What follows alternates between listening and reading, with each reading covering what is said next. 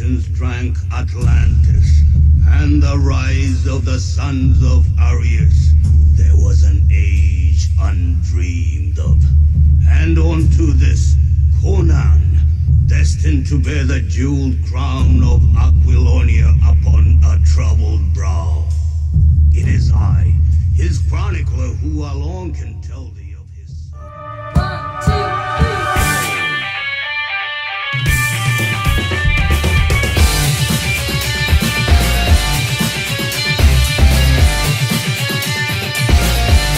Hey everybody, welcome back to another episode of the Southern Fried Geekery Podcast, and it's a new year and the same us, kinda. Well, I'm Caleb Alexander McKenzie.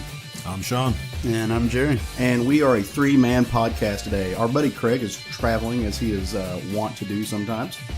He is headed out to the West Coast, which I heard is the best coast, and he's doing all kinds of craziness out there. Getting in all kinds of shenanigans, and he's sending us pictures, and it's awesome. But we really do miss you, buddy. How's everybody doing this week, man? Final Fantasy 14. I like how that wasn't an answer. It was just a state like, how are you, Final Fantasy? Yeah. I'm just glad there's someone else talking about Final Fantasy. Downloaded Final Fantasy 14, and I've lost all track of time and space and concepts of reality. So just do. Living in the Twilight Zone. As proud as I am that you are playing a Final Fantasy game, I know it'll only last a month before you move on to the next interest. We'll see. So I heard a rumor this week. Jerry, you may have heard this rumor as well. Mm-hmm. I heard that somebody had a special day this week, and that he's a special boy. Maybe. I don't know. I heard that Mr. Sean celebrated a birthday, a womb fall, if you will. It's true. I don't know if you can call me a special boy anymore, being 39. Damn, I was going to try to make you sound old by saying 38, but you're 39. 39, Jesus bro. Christ. You are a year behind in making I fun of my age, know. sir. The glory years. Well, happy birthday, man. Thank you. Yeah. Had a lot of happy birthdays and well wishes from friends and listeners and everyone else who are our friends too. Yeah. Good Thank you times, very man. much for all that. So, welcome back to the Southern Fried Geekery Podcast. So, if you're new to the show, and maybe you're picking up a new podcast for the new year, hope so. Cool. That's awesome. Give you a little brief rundown of who we are and what we do. We talk about comics, we talk about pop culture, we talk about video games, wrestling, just kind of anything that we are into. Just, for a few hours, we all gather on a Sunday morning, we sit around the table, and we just jam back and forth, and we talk about the things that we really love. But not only do we do this here on the show, we also do this on social media. We have a very big footprint that we're pretty proud of. I think we're doing a great job on it. We're on Facebook. We're on Twitter. We're at SFG Podcast on Instagram. So we're all over the place doing all kinds of fun things. We have a YouTube channel that we're doing all kinds of fun stuff on. So come check us out on all those. Let us know what you think. And that's a great way to communicate with us. Let us know what you're into, what you want us to talk about on the show. If there's something that we don't know about that we need to, drop it on us, man. That's how we learn and grow. It's how we build a community, and that's what we are all about. So part of our Facebook, just kind of things that we do, or I don't really do it. Sean does it. A year ago, back in the dark ages of 2018, Sean had a New Year's resolution that he followed through on, that he was going to do a drawing a day for a year, and he did, and it wrapped up this past week because that's how years work, apparently. It's factual. So, what'd you draw this week, Sean? Well, this week wasn't very much because, as you stated, I held on to my New Year's resolution and drew technically over because I did sketches at our conventions and stuff. Yeah. Well over 365 drawings. So I kind of took it easy. The last day of the year, I did actually the day before. Nope, getting flipped. I had to write the first time. Professionalism. Day 365, I just did a big thank you piece to all you listeners and those of you who are on our social media who have been giving me requests and y'all have been great. So that was requested by me. Is that your first request? That was my first request of myself. And then I did do one other drawing this week, and that was Gizmo Duck from DuckTales. And I think he had a crossover into Darkwing Duck's special appearance, I want to say. I wouldn't be surprised. I made that super team at one point. I can't remember if Gizmo Duck was part of that. But that was requested by one Mike Del Vecchio. Now, was Gizmo Duck the RoboCop analog? Yes, with the unicycle wheel. Right, yeah. And do you remember his the code word to activate his armor? No, I sure don't, man. Blather and Blatherskites. That would be hard to say if you were busy. Extremely. But so I drew that. That was a great 80s nostalgia. And I promise I'm getting back to the request. It's just took the week of my birth, and after 365 days, I've been taking it easy this week. The week of your birth. The week of my birth. Fucking Jesus or something? Yes. I'm super fancy. Super fancy. But I will get back to the requests, and I've got something I'm working on. I don't really want to say in case I fail miserably. But okay. I'm trying something new this year too, so stay tuned for that. But while I got a little bit of space on the drawings, I am back on YouTube. If you listen to our last episode, my New Year's resolution was to put out 3 videos a week. I have failed already. I did a thank you video for the drawing, showing my first drawing and my last drawing of that year, and just another thank you video. But I did do what I want to start on now is getting to, of course, requests. If y'all request a movie, I will watch if I can and review it. But if I don't have anything lined up, I'm going for classics. We kind of discussed it not too long ago, Caleb, about how there's a lot of movies that I haven't seen that are considered the epitome of movies or just all-time classics or even, pop culture classic, and I want to get to those. So I watched 2001: A Space Odyssey. Mm-hmm. I've never seen that boring fucking movie in my life. Stanley Kubrick, man. Beautifully filmed. You can go watch my review if you want more, but spoilers, dull as shit, but beautiful to watch. Yeah. I think that's why I've never seen it, because I think the last 2 times I tried to watch it, I just fell asleep. It's a very cerebral film. Absolutely. Yeah. But you can it's an art film. It's Kubrick. Yeah, so. But you can also go a little too avant-garde. But anyway, you can check out the YouTube video if you want to hear my thoughts a little bit deeper into that. And there's more. I mean, top of my head, movies that I haven't seen: Rebel Without a Cause, Casablanca, It's a Wonderful Life, A Christmas Story. You've never seen It's a Wonderful Life? Really? Never. They've done so many other renditions of it that you probably have. I know about them. It's not like I'm going in there blind. Yeah. Obviously, I know about it from just being in the lexicon of loving movies and all that, but I've never actually sat down and watched them. Like I said, those are like the seminal classic movies, but I'm also going to dive into, like, my wife is super disappointed that I've never watched Dirty Dancing or Footloose. Oh, nice. So stuff like that too will be coming in. So you got something you want me to review? Get the request back up and motivate me to get out 3 videos a week, so I actually might follow through on my resolution. Thank you. So I have a confession to make, just so you don't feel bad about not seeing classics. You want to know one classic that I've never finished? I've watched most of it. I've just never finished. A Clockwork Orange. You never sick son of a bitch. I've never made it all the way through A Clockwork Orange. Wow. Nope. Love that film. One of my favorite films. I think we knew this, and my whole comment to that was Clockwork Oranging him to make him watch Clockwork Orange. You're probably right, but because I want to respect Caleb, I must have forgotten he had told us that. Probably. All right. But yeah, thank y'all for all the support over the year for the drawings and the videos, and keep them coming. Before we do listener questions, I just remembered that I completely failed Craig and his dadness, and I just wanted to point out, like, I'm glad we're here, guys. It feels like we haven't done it since last year. I'm so glad we're doing this podcast again. Hashtag dad jokes. You're welcome. Hashtag he already did that last year's episode. Yeah, I was going to say you no, I said see you next year. Yeah. Yeah. And now you can say I haven't seen you since last year. Oh. Again, we haven't recorded an episode since last year. I must have forgot how it went, because I would try to maintain some of the little respect I have left for Jerry. And 30 people just unsubscribed to our podcast. Numbers plummeting. It'll be okay. All right. But no, since what Jerry was alluding to before that, which was awesome, and we do also miss Craig and the dad jokeness, and I don't want him not to be here. I'm sad. Anyway, so one of the things that we do in addition to the drawings and stuff on the social medias, we reach out to you guys, anybody who may have questions or anything like that, and we ask you to ask us. It kind of like builds conversation. It gives us topics that we might not ordinarily think of, and it's just in generally fun. It makes the listeners, you guys, a part of the show, and we really like that. It's become a segment that's one of my favorite parts.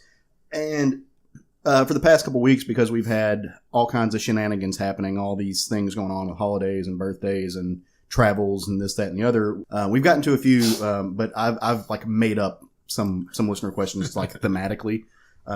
But we're going to branch back, and we're going to get back to some of the questions that have been dropped on us by you guys at home, and I love it. I think they're great. It's one of my...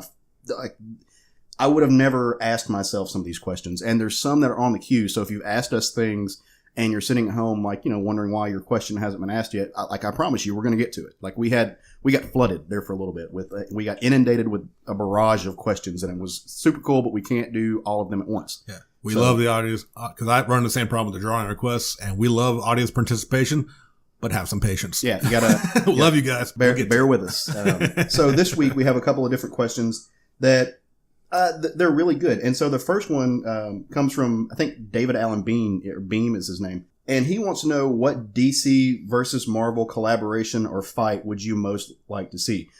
So we haven't had this in a long time, and I don't know if we'll ever see this again, but was it Amalgam Comics back in the day that was the two, when we got those, we got all of like Marvel versus DC. It was really great. I would love to see this happen again. I think Amalgam was the one that combined the universes. I think it was just a DC Marvel thing that there they was did like the event. there was like Justice League versus X or Avengers. Yeah. So they've done stuff like that, but like the Amalgam is probably my favorite idea. Even though, granted, I didn't really read a lot of them, but just some unique characters came out of it, and I know Jerry especially was a fan of the Iron Lantern. Yeah, and it's been that was mid to early 90s, I think, is when that happened. So we haven't had the two crossover in a very long time, and I don't know that we will again, especially since both parties involved now are owned by larger entities. I mean, Warner Brothers owns DC, Disney, of course, owns Marvel. So I don't know that we're going to see that anytime soon, just because of the legal paperwork involved and what it would take. But I mean, hey, they could be working on something right now. Who knows? Never know. So I'll kick us off with this one.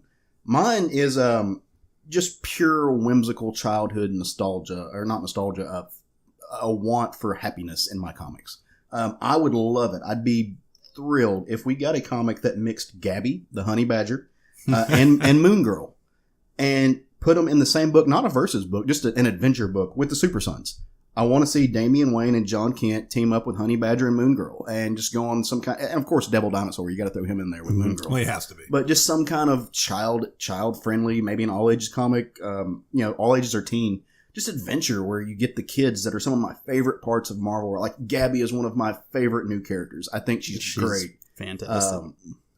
Like every time I see her in either not Weapon X, in X-23, or when she was in X-Men Red, it just makes you smile. The new Adventures of the Super Sons book is incredible. I want to say it's Peter J. Tomasi who's writing that. Having I was talking about it with Bill Zanowitz from the Comic Book Bears the other day, and he was like, it's amazing how much of a renaissance Peter J. Tomasi's just having. He's crushing it in this second part of his career. So, yeah, that's mine. I'd love to see those characters in just some big, dumb, fun, larger-than-life adventure. I kind of went like the Marvel DC crossover with it. And instead of doing characters that I thought would be great, like teaming up or whatnot, I did characters that are almost the same, fighting each other. So, and I actually went with some newer characters from DC. So I picked Spider-Man and Sideways because I think those characters click really well. And I mean, obviously Sideways is a very, shout out to Spider-Man. He's an analog of Spider-Man. Yeah, for sure. And in that same aspect, Brimstone and Ghost Rider, because that's essentially like the same kind of story. Like whenever DC launched their dark metal series, like a lot of their characters were kind of like analogs to other Marvel characters. Like I think they, what was the one that they did that was like an analog to Hulk? Damage, yeah. Yeah. Also, I want to say that I love how you put your answers in and then you blacked them out like it's an FBI folder. It's redacted. It's on need to know basis, sir. Yeah. Your security level doesn't allow you to see answers. I wasn't sure if I was going to go first, and I didn't want you fucks stealing my answers because I know how great you are at preparation. Okay. So I assume you're done then. Like so no Aquaman versus Namor. Nah, I don't need to see that. We all know who wins. He has his own ship book of that. Yeah, I don't want to see that's a different kind of fight. So. Mommy and Daddy were just wrestling. I promise. Oh God. Well, my pick is for the Avengers and Justice League to trade places and battle those same exact space giants that they each fought in their own books. I'm kidding. You get like the same story, right? It's exactly the same story. I just had to make that joke real quick. I had to scratch out that because I'd already started writing it down. Show notes. No, sorry, bro. Had to make that comment. No, to no surprise to anyone who knows the books I read, I want to see either a versus or collab. I'm okay with either one. Would be Teen Titans and Runaways. That would be cool. That would be just cool. A bunch of angry teenagers either taking out on each other or working together to beat some adult ass who don't respect them. And like, I didn't think about it until you brought up Amalgam. Amalgam. I'm always terrible with that word. Yeah. I'm calling you Almagon. That sounds. I just want some almonds. That's really what that was. So Almagon and the two hobbits went for that mountain. Right? That's how that happened. I've always fucked up that word, but now I kind of like. Not on the show, obviously, because it's going to take some thinking now. Now I kind of want to blend like runaway teens and like merge each of the characters. Yeah. That might be a side project for later. But yeah, I would love actually to see a Runaways Teen Titans. Dude, Runaway Titans. That'd be just a great Runaway title. Titans, That's yeah. a great title. Make that happen. All right. So I did something this week since we were all talking about Titans, just since it came up. You guys know how I'm great about watching movies, right? And TV. You're the best. How it's my favorite thing. Mm-hmm. I watched Teen Titans go to the movies, finally. did. A year later. You beat me So- to, and that's sad. Oh, you haven't seen it I yet? still haven't Oh, watched it. Neither have I. It's literally just Craig. Yeah. You and Craig are it. I thought y'all had like talked it up and told me that was the best thing ever, and No, I needed Craig to watch did. it. I just support You just Teen Titans remember Go. like 2 or 3 other Craigs talking about it. I talk about the show all the time. I love the show. Maybe that's what it was. Yeah. Okay. Anyway, yeah. So I watched a movie. Yeah. That was my big announcement for the week. But did you like it? It was good. It was funny. It's very smart. It's very self-aware. The humor was where it needed to be. At the end of the day, it's not a thing that was made for like weird people like me who don't care to laugh and don't like happiness in their lives. Dead inside. But I can absolutely see why people I see why Craig loved it. I love the more meta moments. I thought that was fantastic. And I that's think the entirety of the show. Yeah. Honestly, like if you see it on TV or something, check it out now. well, and for the people that it was made for, like that age group and everything. Oh yeah, it's great. Now, in hindsight, maybe watching it before I watched Spider-Man Into the Spider-Verse, that might have So I personally think Spider-Man Into the Spider-Verse is one of the pinnacles of animation right now. Right. That animation style that it starts off with, which is very much the Powderpuff Girls style Cartoon Network thing. He said Powderpuff. Or Powerpuff, whatever. They're ridiculously cute. But I do want to say that I think it was really, really cool how throughout the movie, and like you guys haven't seen it, so you get little nods to different types of animation style. Like the stylistically, it switches up and it doesn't stick with the same style form, the same aesthetic. Right. It changes a little bit when you're talking about different things. The Justice League are drawn in a different style than the Teen Titans are. They kind of want to go to the Bruce Timm style. 'Cause Right, the show yeah. does the same thing. Yeah. Oh yeah. So the movie is pretty much an hour and a half long episode of the show. So you like the movie? You should check out the show. I've seen some of it. Yeah, I've seen a bunch of the scenes and everything online, Yeah. and I think the funniest, greatest thing that they did in that movie was have a Stan Lee cameo. they did. Yeah, it was great. It was fantastic. There were a couple of different cameos done in there that, like the Heroes in the Abyss, or I forget what the title was. It just like an old animation thing, DC property that no one gave a shit about, and they brought it back just for that. It was a lot of fun. Awesome. All right, so moving on, we got another question that we're going to get to this week, and it comes from Elite Gusty. He's a person that I don't know him. He found our podcast and he's been listening to it. He's becoming more and more of a face that I see pop up on our Facebook page, and I love it. It seems like a really cool guy, and we appreciate you jumping in here with questions, man. He seems to be a little bit of a manga fan. Like both him and Mike Del Vecchio have reached out in the past like 2 weeks and just told us like, hey, like I like the fact that you guys are a comic book podcast that doesn't skirt away from manga. A lot of comic book podcasts don't do that, and we kind of all going into this agree that comics and manga, like it's weird that they're differentiated just because of the way that they're formatted. Yeah. Because they're the same thing. Like comics are manga, Yes. are comics. It just comes from a different place and it's formatted differently. But for some reason, a lot of comics podcasts shy away from it, and they either talk about one or the other. Both of those guys think it's great that we do both, and I tend to agree with them. And so he wants to know, what Western comic series or character would you like to see adapted as a manga, or vice versa? And I love that vice versa part, because we always think of things going as one way. So I'll kick it over to Jerry. What do you got, buddy? I actually did 3 each. Of course you did. Yeah, no surprise there. I did one of each and have a tie for one of them. So for Eastern going to Western, I did Gantz. Big O, which you could argue is kind of already very Western, but I would still like to see it done in the West. I mean, Big O is pretty much like the equivalent to Avatar, Yeah. Last Airbender. Right. It's like made on the other side, but clearly a tribute to the other. Yeah. 100%. Yeah. And then Yu Yu Hakusho. I think that would be kind of cool. That would work very well. Yeah, I feel like it would do really well over here. For my Western to Eastern comics, I did Saga. Saga would work as a very long run. Ghost Rider, which is kind of funny. Back in the day, they actually did a run of Ghost Rider where you were seeing all the different worlds Ghost Riders. And when they got to Japan, like he had the club and Oni horns, and he had an Akira bike. Yeah. Nice. Yeah. And of course, it would be a giant robot Ghost Rider eventually. Yeah, I know, right? Well, I mean, yeah. Have to be. Sorry. Well, we did get that. Oh, shit. Yeah. We did. But in Japan land. Is what I mean. Yeah, true. And then the last one I had was actually a Watchmen. I want to see a Watchmen, like anime. While we do ours, I want you to think of who you would want to work on that. Because that's an interesting concept for we try to like what creator. We'll have to take some time to think like about. Well, I mean, I was more thinking like anime than, that's what I mean. Than manga. Like, yeah, like what like is the Cowboy Bebop crew, is the Evangelion crew? Who'd you want to work on that? Just something else to think about while we do. Well, I mean, honestly, if I had to decide, I would say the same people that worked on Redline. I'd be totally down for that. All right, mine for Western to Eastern is a 2-way tie because both of these would make me so giddy. I would buy Blu-rays and DVD of these to get turned in there. One, because of the source material and the origin of the creator, where he's from, Japan. But it is honest because of where it was made and all that. It's a Western product, is Usagi Yojimbo. Mm-hmm. I would love to see that given an anime movie treatment. As far as a full-blown Western book that would work well in anime would be Body Bags. I think that's the hyper-violence, hyper-stylized thing of that book would translate well into this. A very cool anime series, not for adult or not for kids. I was going to say.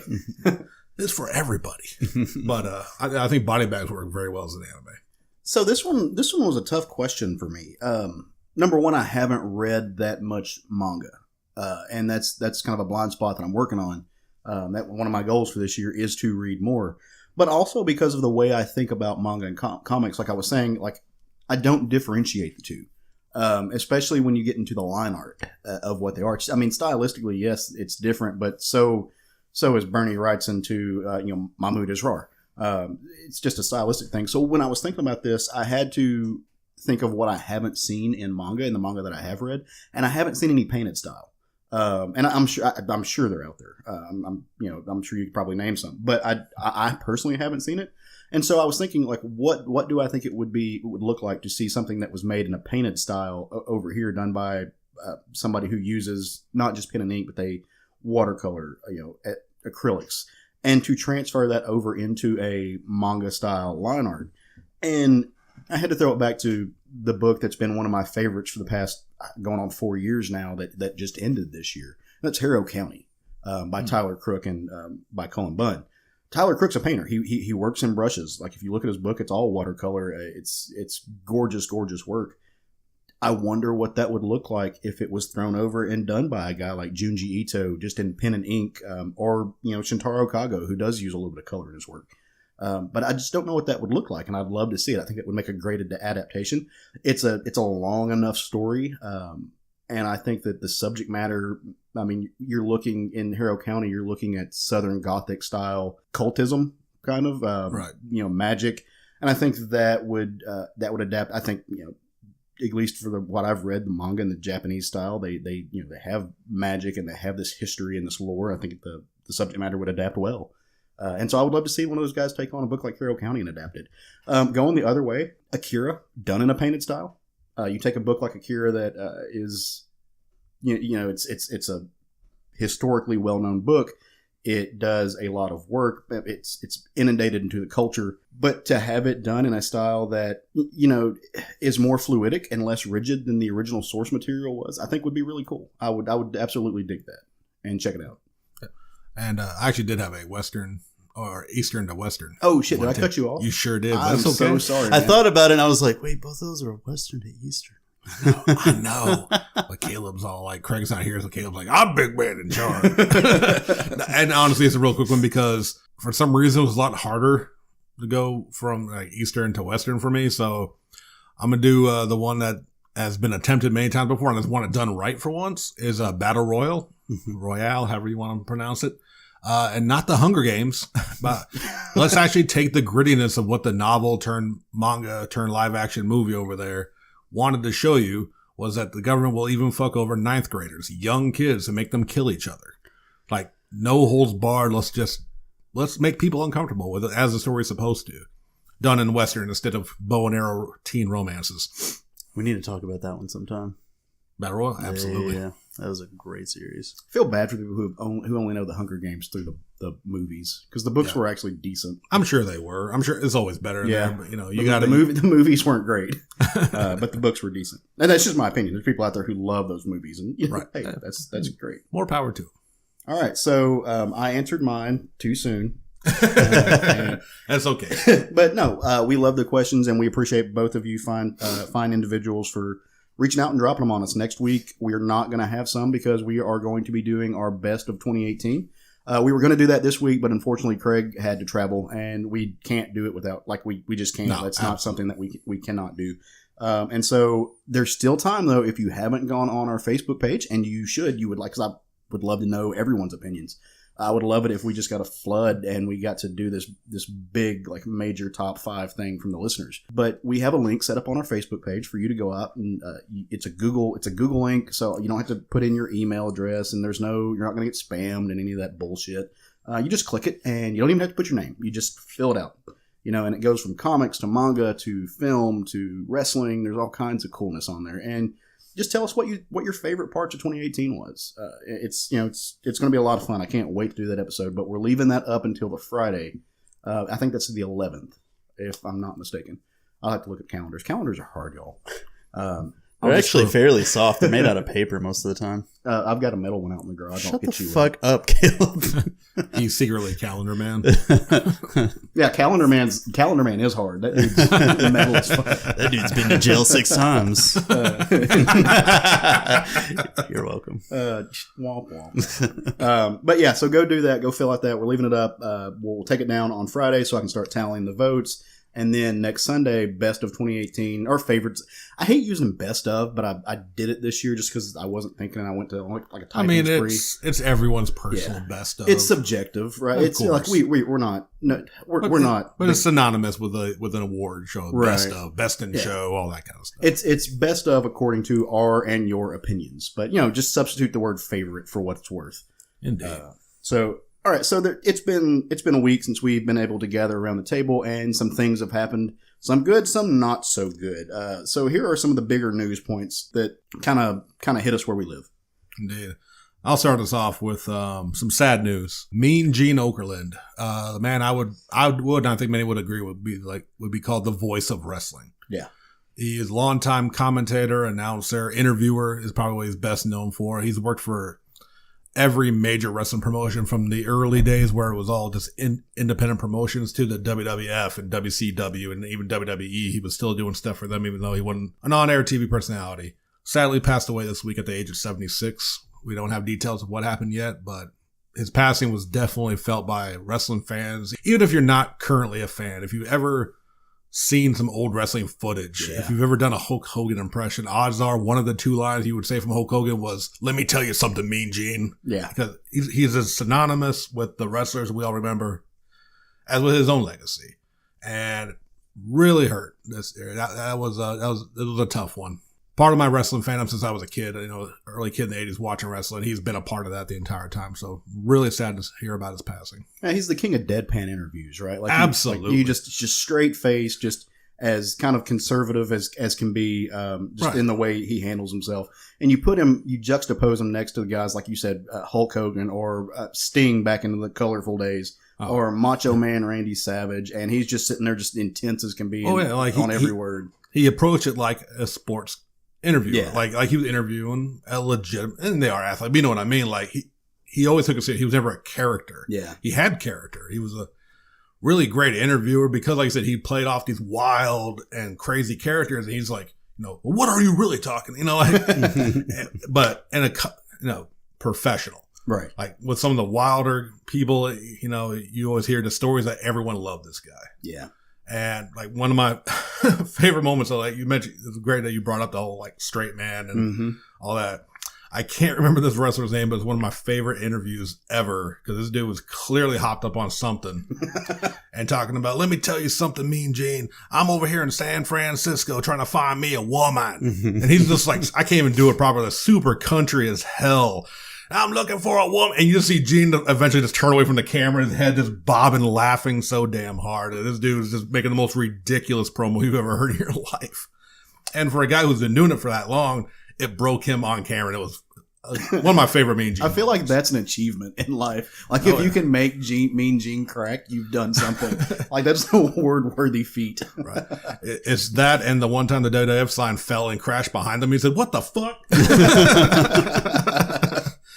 But like I said, even from, like I said, being on wrestling, guest appearances in movies that parodied wrestling or just had like little cutaways, he was always been in there. And like I said, it's sad day, but it's 10 bell salute to one of the best interviewers in all of professional wrestling. Yeah, he was a staple, man. It's sad to see him go. So I have some extremely exciting news. Do you know? Everyone's favorite 4-man podcast this year is going to be writing a comic book. No one's reached out to me about that. No, not us. It's the McElroy brothers. That's right. Justin, Griffin, Travis, and Clint are all going to be writing a mini-series for Marvel this year. Do they have different last names? They're the McElroys. Oh, okay. I said that at the beginning. Quit stepping on my news, Caleb. Jesus.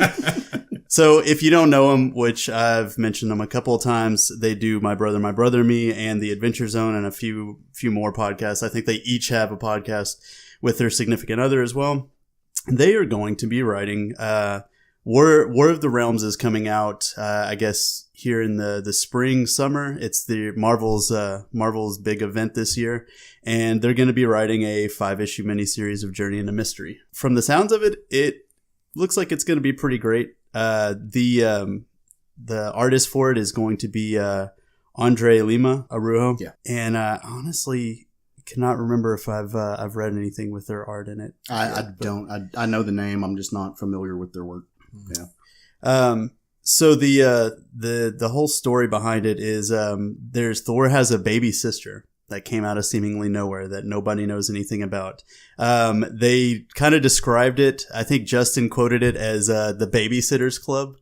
So it's going to be a bunch of heroes protecting Thor's baby sister. The characters that they have are Spider-Man, Miles Morales, Hawkeye, Kate Bishop, Wonder Man, Sebastian Druid, Death Locket, which I'm not familiar with. I know it's probably some kind of offshoot of Deathlock.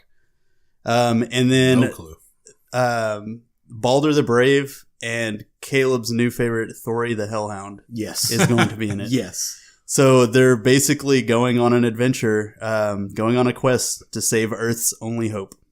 I'm pretty hyped about it. Their comic for the Adventure Zone was really, really great. Mm-hmm. Amazing. And they've been doing a lot. Like they're actually going to be voicing a movie this year too. And it's kind of funny because they trolled their way into Trolls 2, which they made a podcast on it. That was called The McElroy Brothers Will Be in Trolls 2. And they basically just started it off as a joke podcast. And eventually, like, it gained enough steam where people, like, got a hold of them. And now they have speaking parts in Trolls 2. So they're on something now. Like, I'm interested in seeing where all this goes. Now, which one of those guys wasn't on the Adventure Zone box? Because it was the 3 and their dad. No, right? yeah, all 4 of them are on Adventure Zone. Their dad's not on My Brother, Me. Okay, maybe that's what it was. Because there's no father in that Yeah, title. because it's one of them DMs. Yeah. And then the 3 and the dad are, well. Yeah, Griffin's the youngest brother, and he does the DMing, and the other 3 are play the game. Okay. Yeah. So it's not, you did say 4 brothers. Yeah, there's. Did I say 4 brothers? Yeah, I 3 brothers I and said their the dad. 4 McElroys. I'm pretty sure you said brothers. Okay. Rewind the tape. Anyway, yeah. Anyway. But yeah, okay, yeah, the McElroys, yeah. Yeah. And their dad. Okay. Yeah. So that was I got what confused for a me second, because Their dad's a McElroy too, Sean. I don't believe that. yeah, That's not true. again, you said the 4 brothers, Oh. and then I was that's why I was like the oh, 3 there's a- brothers and their father. Okay. Yeah. There you go. And I've had to cut a lot of books here recently, but I think I'll make room for a 5-part McElroy. Right. Yeah. Look, this sounds amazing. And at first I was like, I don't have room in my read stack for another fucking event. And it turns out I'm already on all the books that are going to be in it anyway. So, whatever. I wonder if there's going to be Gerblins. I don't know. We'll see. So there's actually There been might a fun little rumor floating around, like the deeper parts of like the podcasting parts of the internet, that the McElroys are looking at. Nothing's been decided yet, but just the rumor mill starting that they're looking at starting their own network. podcasting, because they've been part of another podcasting network for a The while. Maximum Fun Zone or Maximum Fun Network. They were. I know they just launched their own website. For all their merch, because like I said, it's like literally. They have My Brother and Me, and then they have the Adventure Zone, and then each one of them do at least one or two other podcasts. Yeah, they're some of the biggest names in podcasting right now. So I wouldn't be surprised if they did launch their own network, and that'd be really, really cool if they did. I want to say that they did talk about launching their own McElroy network, but also still staying in line with the Maximum Fun. Yeah, don't know how they would do that. Yeah, just on the. It's gonna be cool though. Yeah. I'm excited about all things. I listened to. You're excited about all things. All their things. All their things that they're doing. Things. I usually listen to the new episodes of the Adventure Zone and My Brother and Me like the week that they come out. So yeah, I am down. I like their social. I like their social media presence. It's pretty cool. good. This has turned into the McElroy podcast. Yeah, McElroy fan podcast. Yeah, that's all. Changing formats. 2019. Coming this 2019 on July 4th, they have announced that Stranger Things Season 3 will premiere on Netflix because nothing is more patriotic than teenagers in the 80s getting attacked by demons. America. I'm super excited. I've enjoyed both seasons so far, and I feel like they've got something going. Like, I can't wait for it. Yeah, Roger's super excited about this. It's what he's been waiting. He's like, why isn't this out yet? You know, thinking about it though, it's kind of surprising with them doing specials for other shows that they haven't done a Stranger Things, special. Because they did the Christmas special for Sabrina, and then they've also done holiday specials for a few others. They're just like little one-off episodes to kind of tide people over until the new season launches and everything. I don't know. I know that they're doing extra things, just not on Netflix. Like right now, there's a Stranger Things comic. I'm not on. I read the first issue. It was presented as it's supposed to be what happens in the Upside Down that you don't know about. Turns out it's more of just a retelling of season 1 from what I've garnered. Okay. So I didn't care. I've seen season 1. I don't need you to retell it to me. So yeah, I don't know why they haven't, but I would love to. Maybe they should do like a Halloween thing. Yeah, and I'm surprised they haven't. And throw us in the Upside Down and let us live there for a little bit. The interesting thing about this season, though, unless I'm mistaken, is it's actually taking place in the summer. And I know the first season took place around a winter setting, Christmas. Yeah, and I think the second setting was pretty much a year later. So it's going to be interesting to because they won't. They'll be out of school, so it's summer vacation and everything. So I'm looking forward to seeing what they do with that instead of having the school and the AV club and everything to go to and stuff. So because it's been over a year and a half now since season 2 came out, right? Like I'm trying to remember when season 2 came out. I think it was just last year. I think I think by the time season 3 drops, because it's not around the same time, I think it'll be close to a year and a half between seasons. Yeah. Well, and what's his name has filmed Hellboy. In the middle David of Harbour. Too, so it's just and the one kid who had to film. I think he's in part 2 also. I think there's some flashbacks to when they were kids, so he's been doing that. Yeah, they're all blown up. Yeah, dude, they're getting bigger. 2018 was long as fuck. This year feels like it's been 80 years. The main girl is in Godzilla. Yeah, is she? Okay. Yeah. You talking about Millie Bobby Brown? Millie Bobby. She's in Godzilla too. Oh. Right on. All right. Well, staying in the TV side of things, this one I am really I'm excited that it's happening, and I am sad that it's happening because it means I'm going to have to watch TV. The CW has finally officially ordered the pilot for Batwoman, played by Ruby Rose. So, like I just said, I don't know if the actual episode of is it Arrow that she's going to be on or Flash? I think it's Arrow. Usually, whenever they introduce new characters, they do a crossover. Yeah, I think it's a big Elseworlds event or something they're doing right now. Well, they finished that because that was that's usually their mid-season finale. But I believe it's Arrow. Yeah, I think it was Arrow that she came through on. So that's where she was introduced at, and there were rumors, and there was pretty much like we knew that she was getting her own show. But now that the pilot's been officially ordered, I can't think of a better person to play her than Ruby Rose. I haven't seen the episode where she debuted yet, but I've heard it's got to have came out because I've heard people talking about it. Yeah. Then it was whenever they did all their Elseworld stuff because that was their big crossover for me. This is where we need Bill. We need Bill. Bill would know the answers to these questions, and he probably does. I'll message him later. But so one of my favorite characters, Kate Kane, not only because she is a badass, she's one of the most strategic characters. She's probably more strategic than Batman, at least in the way she's written. She's got lots of her own little demons going around in her head, lots of things going on. She's got a deep canon to dive into.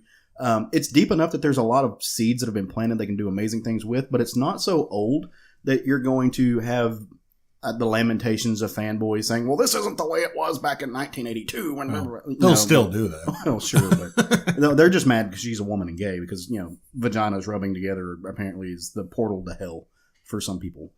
But for some people, it's amazing. I just got a very, very detailed visual of that. Sorry, continue. Personally, I'm happy. Even granted, I have fallen off the CW shows, but I got into them real early thanks to Jerry. We used to always meet up and watch them. That they're finally got a Bat character in there, so Arrow can stop being Batman and maybe be fucking Arrow. I don't think he's going to stop being Batman. But like maybe we can give the Bat villains to the Bat character now. That's all I want.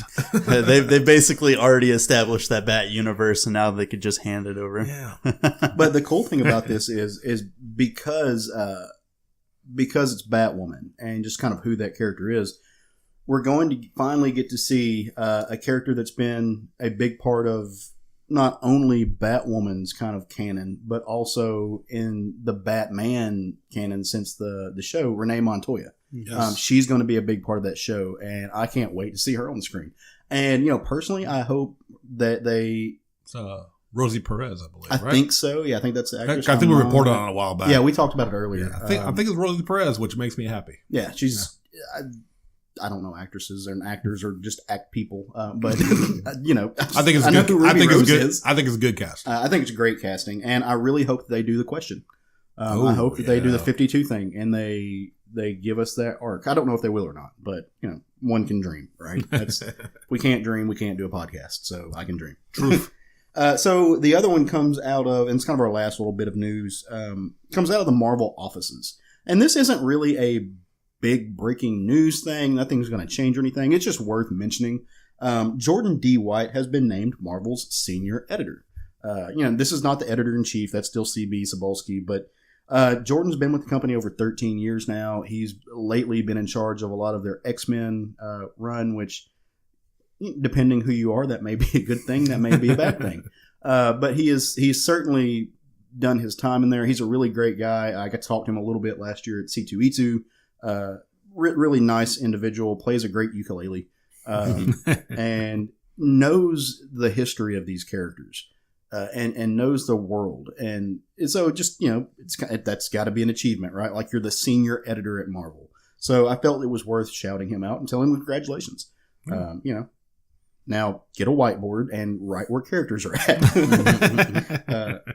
and make that happen. Oh, very cool. All right, so that's enough of all that noise, right? Let's talk about some fun stuff. Let's get into some MangaRaman, the first one of the year. I'm excited about this. First one of the year. And I'm super excited about this one because this is one of my favorite anime I can't get any of my friends to watch. I'm one of those friends.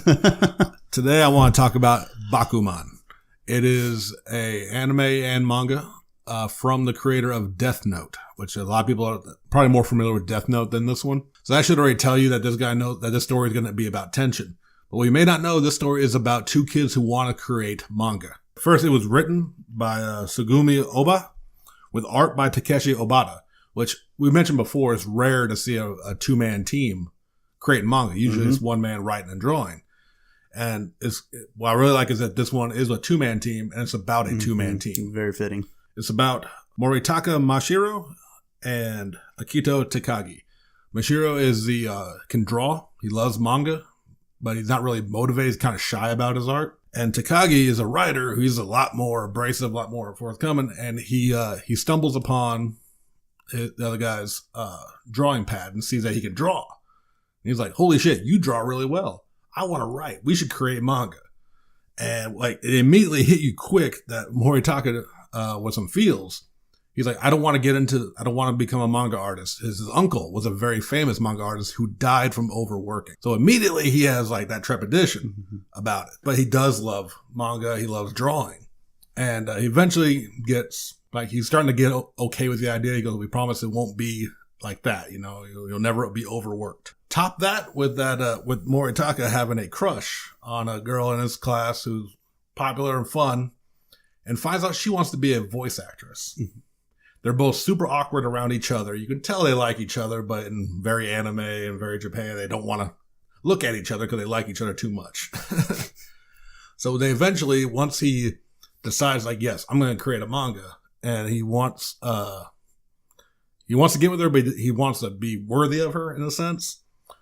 And she kind of feels the same way, like she's not worthy of him. So they're like, I want to be a voice actress. You want to create a manga.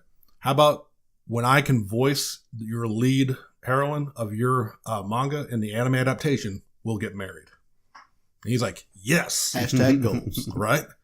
But then they also make the agreement, because it's anime and manga, that they won't ever meet face to face again until that happens. Oh my God. So you got that looming over them. But from there, what you have is you can just tell a love letter and a behind the scenes look in what it is to create manga from a man who's already made successful manga before. You have everything from just, we have the writer having a great idea. Here's my first idea. We got this. And they submit it to basically Shonen Jump. I don't think they call it Shonen Jump, even though it's published in Shonen Jump. But it gets turned down. It's like, no, you need to work on this. And what they have in Japan is an editor system. Like, it's not just you're hired, here's your editor who gives you a few notes. You have to turn it in. He's going to tell you what you need to change to make it successful, because they put you with a successful editor who's already worked on successful manga. And from there you have like them trying to get that done. You start getting rivals, the competition. We've talked before about how manga has the ranking system within Shonen Jump, and it's them battling their way. You're not going to get an anime adaptation unless you hold the number, like one of the top 3 spots for several months. So you have them fine-tuning characters. You have them, I think throughout the show, they make like 5 different books, because one, they'll go really big for a couple months, then fall down really quick, as it happens, in manga. So it's just an amazing series that just shows you the inner workings. And like, there was a little bit of advice in the show that I took in my own drawing, because when they first started, Moritaka, he'd drawn all the storyboards, all the layouts, fully detailed in pencil, and then would go back through and ink them out, which is how I kind of did for a while. Then eventually, but crunch time was always counting down. The deadlines were always creeping up on him. He's like, look, you know the characters, your assistants, which they eventually get some assistants, know your characters. So you can do basic sketches and then fill in the detail with ink to speed things up. Like a little detail, like even I never thought about. Yeah, it's just embellishment. Yeah. So I was like, it really shows you, like, from the writing, there's stuff about the writing, how to create likable characters, relatable characters. And this anime covers all of that. And it's amazing. And you got like so many like side characters who are competing with them for the top spot in the book.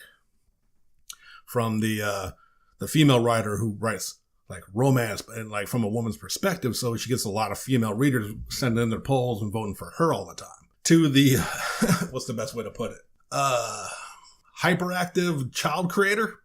This dude is nuts. He has all his ink pens with the feather tips in his ears, making action sounds as he's drawing with each hand, drawing a page, going pow, pow, sha, and creates amazing manga that way. And he becomes a rival. So it's an amazing like series that like sadly doesn't get enough attention. So I definitely wanted to talk about it at some point on the show. And Jerry said I could this time. Well, and it's not a small series. So I while you were telling us about it, I looked it up on Amazon. Or just I Googled it first and then made my way to Amazon. But there is a box set. It's a complete box set, volumes 1 through 20, with the premium that you can get for $100 on Amazon. I needs it. Yeah, in my life. It's got this really great hard box going to about 20 volumes of that. That's huge. That's daunting. I did have that. I kind of skipped over because I wanted to get into talking about this story that's just so ingrained. But yeah, 176 chapters and 20 tokoban, as they're called in Japan, but volumes. $100 on Amazon for that box set, I would say 100% get that. And the other reason we thought it would be a great idea to talk about this, because I believe we talked about it last episode, that the Shonen Jump app is now $1.99 a month. Yeah. Every single volume is on that app. Nice. So if you don't want to pay $100, you can still read it all. And you can read an amazing manga that looks into the making of manga. So yeah, I can't recommend it enough. I know I tried to show Jerry and them a few episodes. I don't think y'all were really feeling it. Well, weren't enough giant robots for you, Jerry. Now that it's now that I know that it's on the app and everything, I'll probably go and give it a fair shot. I think you'll appreciate it a lot. And I get it. Like people watch anime. Like since being in anime since '93, as I keep reminding people, I've watched a variety and I've gotten to appreciate it. And I get most people don't want drama in their anime a lot of time. A lot of people don't. But it's one, like, I think if you dive into it, you'll fall in love with the characters and their plight. And especially if you like comics in general. Like, this is one I think even comic book fans, who maybe not even manga fans, would find interesting just to look into the creation of it.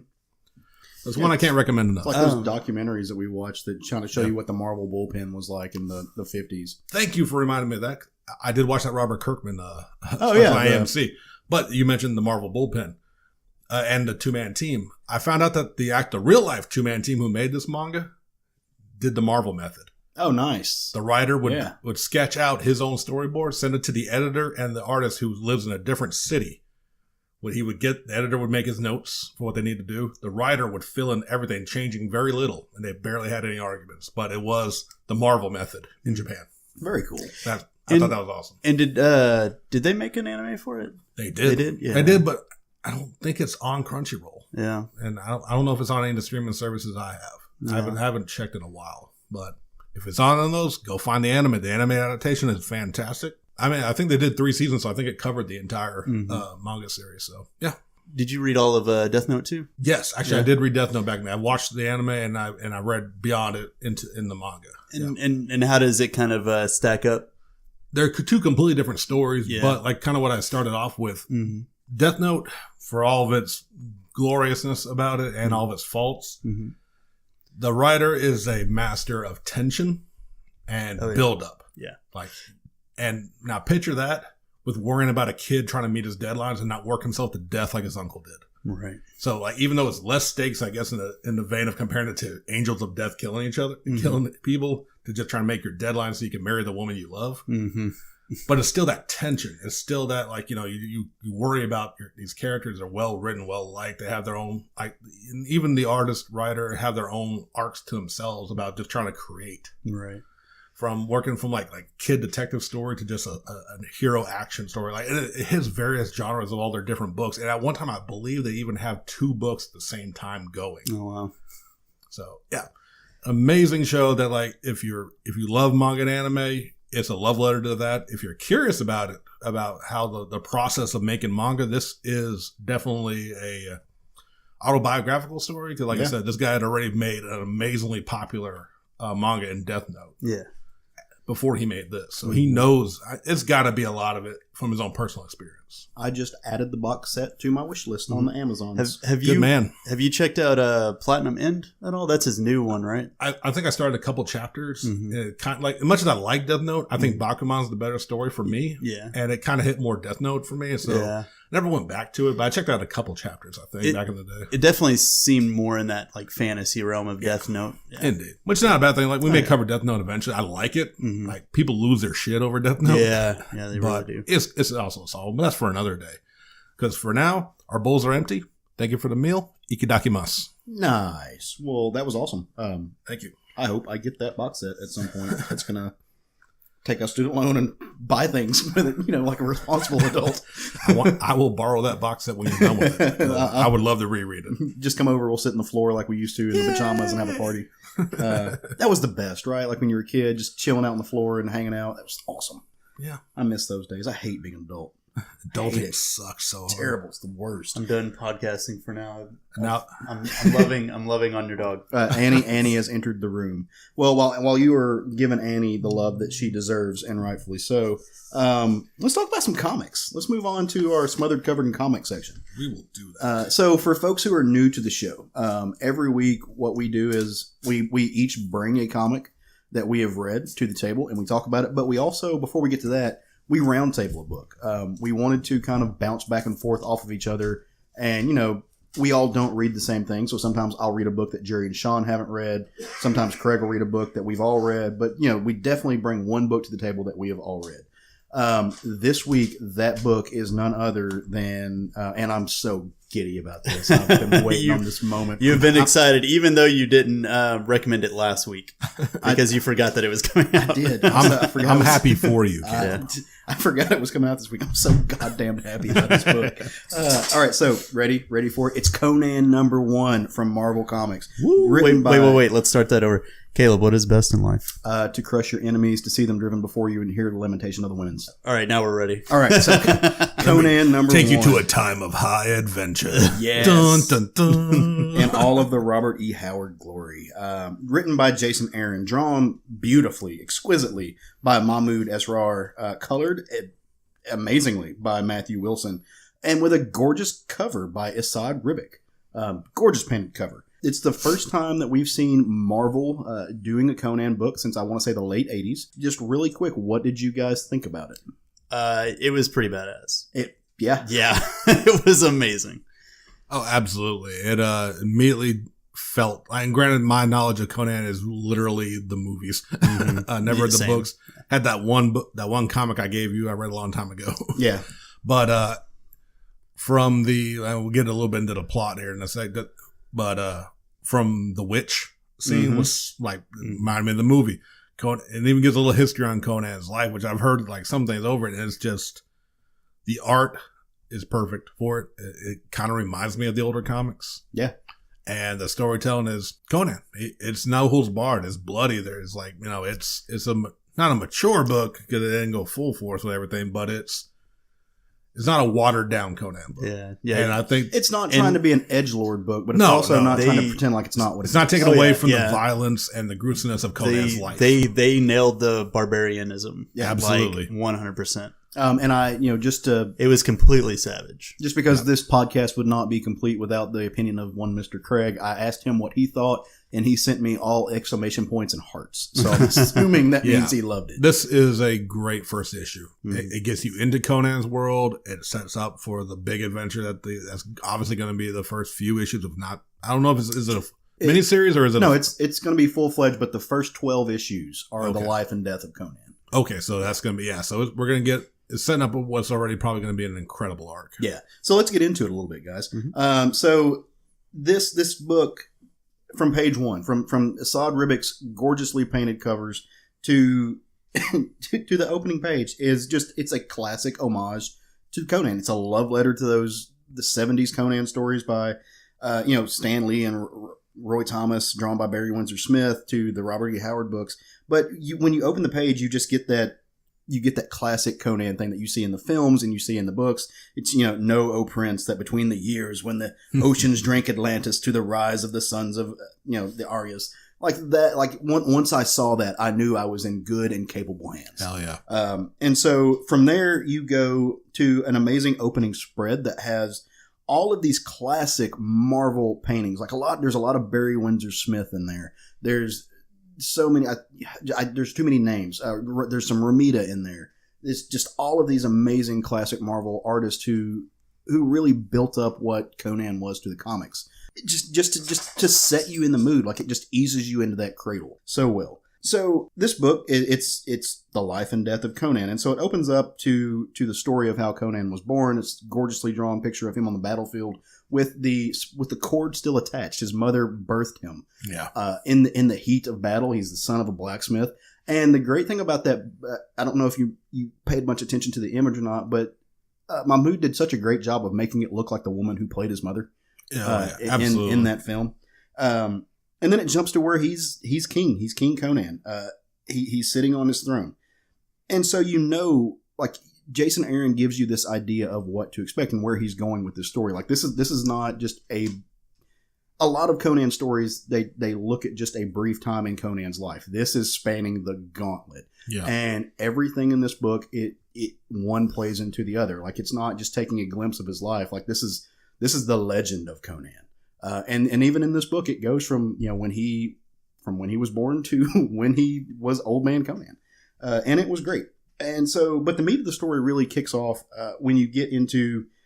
It looks at the time when Conan was fighting in the fighting pits of the Mall, and Zarya, the City of Thieves, which is classic Conan lore, straight out of the books. If you're a Conan fan, you know you've been to this place before. It's fantastic.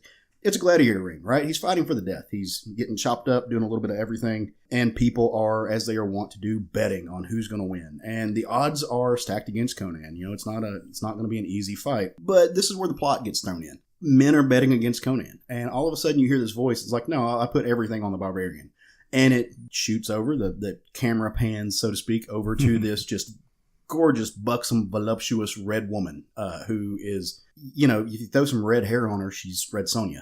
When I first saw the image, I thought that's who it was. Just scale mail, draped in red, just, you know, bikini top, just gorgeous. And this is coming from, you know, I don't, you know, I can tell a beautiful woman when they're in front of me. I'm not I'd rather look at Conan, but she is just drawn impeccably, and she is saying, "No, I'll put my money on the Barbarian." And lo and behold, because it's a Conan story, Conan wins, and he is fighting this Islander. It's kind of great that this happened the week that the week after Aquaman debuted. He's fighting this Islander who's got a spear, and he's like, you know, Conan looks defeated. Says, you know, this would be a good time to start praying to your God. And then you just see the fire in Conan's eyes. And that's because of Mahmoud Asrar. Those little details, that fire in his eye, that just set this story off. And he's like, oh, wait, fuck, CROM? Yeah, Sumerians don't pray, dog. And if we did, CROM's not going to listen. I love that line. Yeah. That was so perfect. Yeah.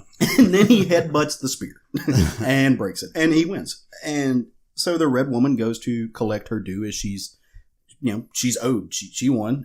And she goes to greet Conan afterwards. Conan takes his winnings, his prizes, if you will, in golden wine, which made my heart happy. And half so, in gold, half in wine. Just like it should be. That's how I want to get paid. But she goes and she greets Conan, and she's kind of talking to him about, you know, what this is awesome. This is who you are. You know, have you worn yourself out? And you know, it's Conan. So Conan's like, no, I'm like, we're good. Let's do this. And so sexy times are about to ensue. They go back into Conan's quarters, and what you realize is that in pure Conan fashion, like you threw back to, Sean, to the films, this is not an ordinary woman like you would expect. This is actually a witch. And so you see this gorgeous woman. I had $1 for every time that happened. I know, right? As they're getting into look, let's be honest, those sexy times did happen. You get this great little off-panel thing. It's like, oh, you didn't learn that in the hills of Samaria. So I'm just saying my boy laid it down. That's all I'm saying. Yes. He did the thing. But you see this shot of her claws, like her hands are not the beautiful hands that you saw before. They're not the soft, petite hands of this voluptuous woman. They're old, they're haggard, they're shaded, they're kind of greenish. And they're digging into his back. And this is no ordinary woman. This is a witch. You know, this is if Conan had $1 or wine, because he's Conan.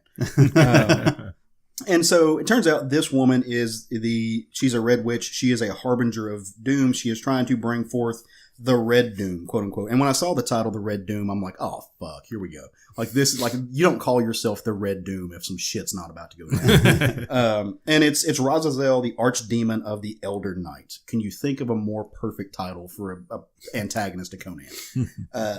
And the woman she's sacrificing heroes. She's sacrificing men of battle who are born and bred to shed blood to this blood god and trying to raise him back. And so Conan awakes. He's down in kind of a pit.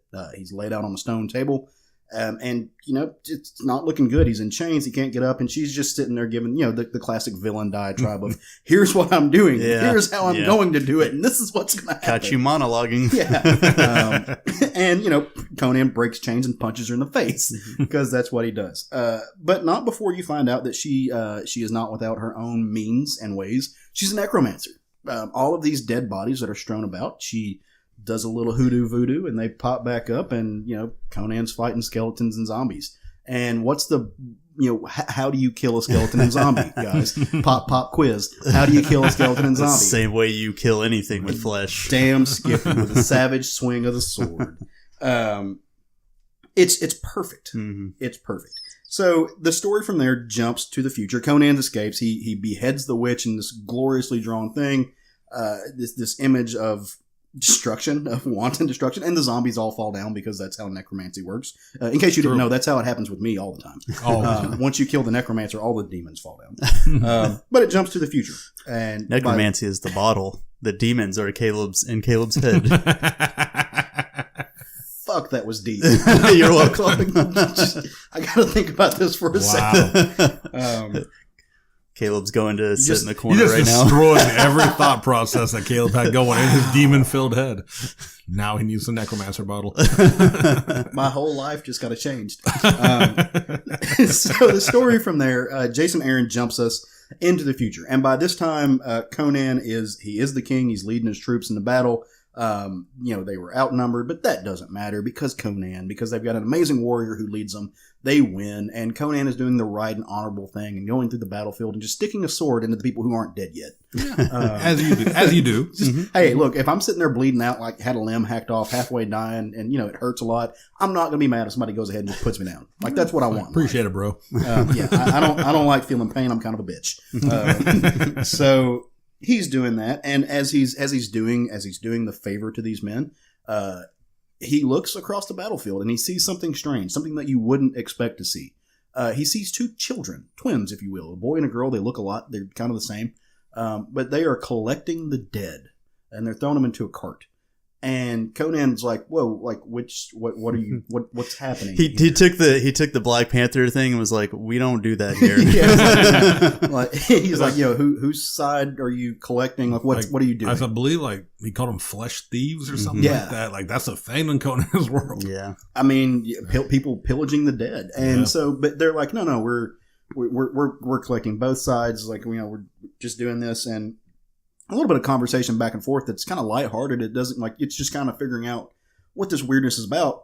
And then at the end of it, they're just like, oh yeah, by the way, we're doing this so we can raise our red god Rezazel to blah blah blah blah. And he's like, wait, what did you just say? And then from out of nowhere, the decrepit, decaying, half dead witch pops back up. Right. Now, wasn't this part of the book flash forward to when he was King Conan? King, Yes. Yeah, okay, I'm making sure. And this was when he was the king. Yeah, I'm making sure I remember. And they did have that thing where they kept mentioning their mother and doing this for their mother. And and this is where this is where you get the to be continued. Right. This book was fantastic. Amazing start to this book. This series. It is everything I wanted to see. And so, but at some point, I was sitting here reading this book, and we saw the woman, the beautiful woman, turn into an old haggard crone, and then we saw the twins, and then I thought, is Jason Aaron writing Conan the Shining? Like, is this? Are we getting Conan Stanley Kubrick? Come play with us, Conan. Yeah.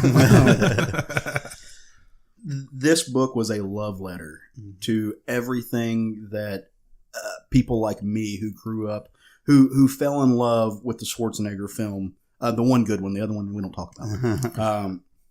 But who fell in love with the Robert E. Howard stories, who loved that pulp. It was everything it needed to be. It was everything that we wanted. I can't wait to see what happens. And all safe bets are that you're going to get more of this. I think we're going to see this great, great story that spans the life and times of Conan, depending on which version of that character, if you will, you like, you're going to get it. This book has something for everybody. It has something for the new reader, for the old reader. It's classic, but it doesn't feel stale. I can't wait. Like, it's solid. It's Mahmoud Asrar's pencils, his lines evoke such an emotion. Yeah, absolutely. In 3 pen strokes, he can do something that 4 pages of prose can't do. He can make you feel fear. He can make you like. When you see the hands that are turning, like the hair on the back of my neck just stood up. I'm like, oh, like, here we go. Not only are you showing me something that is transformative in this person, but like you're evoking dread, and that's a very specific emotion to evoke, right? Dread, right? And that's what you get. And when you see the eyes of Conan as he's like flaying flesh from bone, just you get that rage, you get that heat, you get the passion in the love scene. Like everything that he does is. It's just made to bleed off of the page and make you just soak you in that world. I just can't think of a better team to do this book.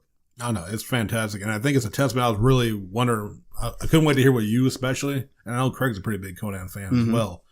Because I know me as a filthy casual when it comes to Conan, like the Schwarzenegger movies were part of my childhood. I've never really delved into the novels and only barely dipped into the comics. And I thoroughly enjoyed this. Yeah. So that says a lot, I think, for this book that the noobs and, the hardcore fans can appreciate this book. I think it's phenomenal. I think everyone needs to pick it up. If you have an interest in the movies from back in the day, or you're an old school fan of the stuff, I think it's something for everybody. Yeah, and some of the concepts and stuff that they did in this book were just really fucking awesome. Like, her whole way to resurrect her god was to drain the blood from Conan. And as you see around him, so many other adventurers and warriors have failed. And apparently the power that's in his blood that will fuel this is him skipping out on death. Yeah. Like avoiding death. Living a life of hardened battle. And I thought it was even cooler whenever he was fighting back, because she's like, with every sword swing that's missed and everything that you kill, you just make it even stronger. So I thought that was a really cool concept. Like, it's just, No, it is, because that's like, how do you beat that? Yeah. How do you win, especially when it won't die? Like, what tactics does Conan have when his only tactic is kill motherfuckers? And a successful tactic. So I think it's going to be a great series. I think we have a hit. This is great Conan comics. Absolutely. Perfect team. So, let's follow that, guys. Let's talk about some other books this week. Sean, why don't you kick us off, buddy? What'd you read? I think Caleb's going to die first. I know, right? I think I quit smoking last year. I'm trying to be more healthy, and this year I can't breathe. Really? Yes. I don't think I ever saw you smoke before. I didn't either. I didn't know that was a thing. Well, congrats on quitting. Yeah, I'm doing good. Unless it kills you. Quitting smoking is going to do me in, guys. We don't exercise in fresh air as a murderer. So, going on to something else we rave and rant about on this show a lot. Tom King's Heroes in Crisis came out. Issue number 4. And this is definitely an amazing book. I'm loving the slow burn of the reveal of what the fuck's going on. We've talked about these issues before on the show. So the setup about it. I'm going to go ahead and say that this was my favorite issue so far. It's up there. It's definitely one. Yeah.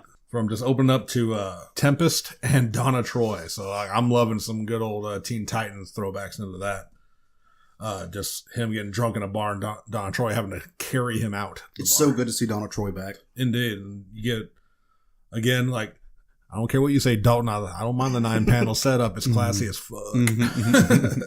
With the interviews again, because like I said, this series is about heroes having to deal with their daily life, which I think is a good thing. And you get some exposition from Donna Troy about what she's going through, cutting back to, I don't know, a page that made me laugh was Flash and Batman investigating, not a funny scene, the deaths of their friends. And they're talking, we know who did this. And Batman's like, we do. And Flash is like, Booster. Batman's like, Harley. And they're like, look, long pause panel, and then just a cuss word from Flash. I assume fuck. Because it's still going on the mystery between who did it. Booster Gold, because he has his story, and who's really ever going to believe Harley. But there are flaws, I think, in Booster's story. And even he doesn't sound certain about what happened. And so we still got that mystery going. And they even point out, because like they lasso a truth to him to get Booster's side of the story. But even Wonder Woman kind of mentions, because he told the truth because you had the lasso. Or what he believes to be the truth. Right. So there are fucking layers to this mystery, and I'm fucking loving it. So that's been great. And then we get a bit of sexiness in the next 2 pages of Lois Lane rocking every man's favorite, just a t-shirt and some drawers. She got the red underoos. She got the red underoos.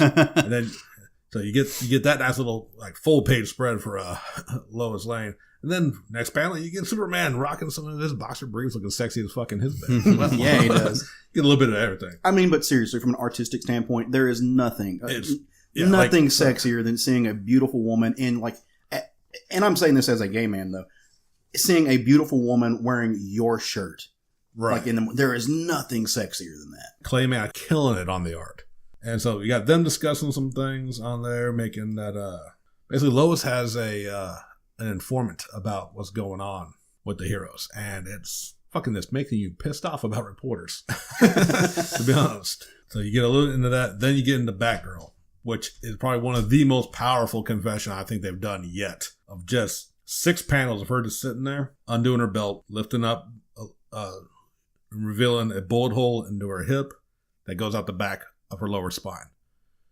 With only literally saying there and there, she just told the whole story about what's been fucking with her. Obviously, the Joker. Right. That was shooting her. We're still going back to that, which I'm glad they did not erase that from the canon since the relaunch. Yeah, the rebirth. They took out her being paralyzed permanently, at least, well, semi-permanently, even in the old continuity. But it's about that. But it's showing that she's still dealing with that. Mm-hmm. And then, which cuts to something I'm a bad comic book fan, I guess, because I never looked at the bigger picture outside my favorite characters. What we get in the next few pages is a conflict between Batgirl and Harley. And this is a flashback because Harley Quinn's wearing her better than now old costume. And like, through just simple dialogue of Batgirl that's trying to talk to her going, look, Joker fucked both of us up. Yeah. And I'm like, holy shit. I mean, I never really thought about that, the deeper end of Batgirl's side of it too. So me and my wife's favorite characters both got fucked over by a Joker. Yeah, I mean, so if you're looking... The little connection for me and my marriage. Yeah. I thought that was kind of great. As far as PTSD goes, time back in the Joker, there's no two women, arguably, that the Joker has had more of an effect on. And really emotionally damaged and twisted their lives than Batgirl and Harley. And like I said, what started off as a fight ends in an embrace of both women realizing they have their lives have been mutually destroyed by one person. I need to buy this print and put it in my living room of this Batgirl and Harley embracing from a mutual destructive past. Is a powerful image. I fucking love it. Cut to Green Arrow and Black Canary. Black Canary, thank you. I'm just going terrible at names right now. looking badass, looking over at the ocean. Cut away. That was it. That was it. It really was until you cut into Canary at the confession 9-panel confessional, and saying, fuck this, and walking away. And then like 6 remaining panels of just the room, the empty room. It's literally her sitting, saying, fuck this, getting up and leaving in 6 panels of that, because you've got to have the 9-panel. And then what I know was Jerry's favorite part of this book. Yeah, Booster, who's still going through some things, because while he's 100% certain Harley did this, he has his doubts, because let's face it, Booster Gold, he has to fuck up something. Mm-hmm. Hanging with his best boy, Blue Beetle. And it's Ted Cord. Ted Cord. Yes. Right, he hasn't, he hasn't been, or there's something going on with him that I'm not familiar with. I want to say, I can't remember if they have one going on right now, but I know the last time I saw any kind of Blue Beetle series, Ted Cord was taking more of a mentor role. And it was, I can never remember the kid's name that's the newer Blue Beetle. I forget. So I ignored this part of the New 52. Yeah. So, but we really haven't seen Ted since then. Right. That's what I thought, because I know he's Latino, but I can't remember his name right now. But yeah, he has the more Super Sentai Blue Beetle suit. Mm-hmm. But what we have is them kind of talking about, like, what shit's going on and what Booster going through, and how, like, Blue Beetle's there and supposed to be just watching him. But in what I'm sure art page Jerry would love to buy. Yes. He's like, I'm just here to watch you. Then there's an explosion, and what's his vehicle called? Oh, fuck, I can't remember. The Flying Beetle. I'm going to call it the Flying Beetle. That shows up, and Blue Beetle goes, hey, man, bros before heroes. Yeah. And a fist bump. Which, in fact, these are like the best pairing you can ever have in DC. They're some of my favorite, like, I know they used to have a series, like, together, right? Yeah. They haven't had one in a while. I would get on that, I think, because I've always loved this two pairing. Yeah. Because, like, it's classic. Blue Beetle's is obviously like the more the straight man, the more like head in the game a bit more than Booster Gold. So it was always a great pairing off each other. Cut into the classy 9-panel interview with Blue Beetle, just talking about especially him. He's just another gadget man who doesn't quite have Batman's fighting skills. So, he's always had it rough being a hero. He had his gadgets, but he'd take an ass whooping. Cut into him, and then Wonder Woman knocking over the giant penny in Batman's Batcave. Suffering Sappho. I just love it how Batman's like, really, you couldn't have, he was talking to Superman, he's like, really couldn't have done anything to stop that. Right. And what we get to, and like, if you haven't read it yet, I'm going to get into probably the biggest reveal of this whole thing. In Sanctuary, these confessions and all the videotapes are destroyed on a daily basis because it's just there to let them get it out and feel better. Someone has been sending out those tapes, and Lois Lane has them. He's going to run a fucking story on this. So I hate fucking reporters. I know they got a job to do, but what the fuck? Superman is torn from being a reporter himself, understanding protecting your source. And so like Wonder Woman's kind of mad about all that going on. That's why she knocked over the giant penny. And Batman's like, I'm about to destroy the giant fucking dinosaur. I'm so mad that she has these tapes. And in almost a Ozymandias moment. I was about to say that. Yeah. The line is like this, when is her story on the Sanctuary coming? Wonder Woman asks. Superman goes, yeah, well, that's the thing. That's what I decided to tell you now. She sent it 35 seconds ago. Okay. What the fuck, Soups? But also very, like I said, I already did it 5 minutes ago kind of moment. So like some Sanctuary footage, which I think they didn't say it is, but like it may be hinting about what really went down, as well as confessionals are about to go out in the fucking world, which is not supposed to be happening in Sanctuary. Then cut to Harley and Batgirl just being the best of teams in Harley's eye. Batgirl swimming around, Harley jumping around. I'm not a big fan of the modern Harley, but I'm down for a Batgirl Harley book, just on a side note. But yeah, shit's about to get real in the DC world as far as whatever continuity this is in. And it is affecting their other books, right? Because they've acknowledged it now in Flash and other books. It's absolutely in continuity. So what happens when heroes no longer have that safe place to go to, I think is what they're getting to. Well, but the other question is, and it's the beauty of what Tom King is doing, is what happens when there's, and this is what the Watchmen did, right? When there's no accountability for what these people are capable of. And so that's the thing that you're saying. That's why you hate the reporters. And the flip side of that is that's why I love the reporters, because like these people that literally affect the way the world turns. They affect governments. They affect the day-to-day lives of everyone in the DC universe. Should they be allowed to be able to do these things in secret when they do affect the way that people's lives are going? And should people be able to understand? Some things need to be redacted. Obviously, that's the way governments work. But should they be allowed to just get away with these things without any accountability? And I think that's the question that Tom King is asking here. And it's interesting, right? Like it is a moral conundrum. And that's what I love about this book. I love what it's doing. Because I mean, you're absolutely right. Like the big part with me is the invasiveness of like what would be like the idea of a therapist and their patient confidentiality. Yeah, it does break that. Is going out, and that's the fucked up part. You're just being Team Iron Man right now. You just want government. I'm gonna hang with Team Cap, okay? But yeah, so it's again part 4 of 9. There's still 5 issues. Yeah, this book series has been amazing as it is. I'm clearly biased because I'm just I became a huge Tom King fan from reading his Batman books.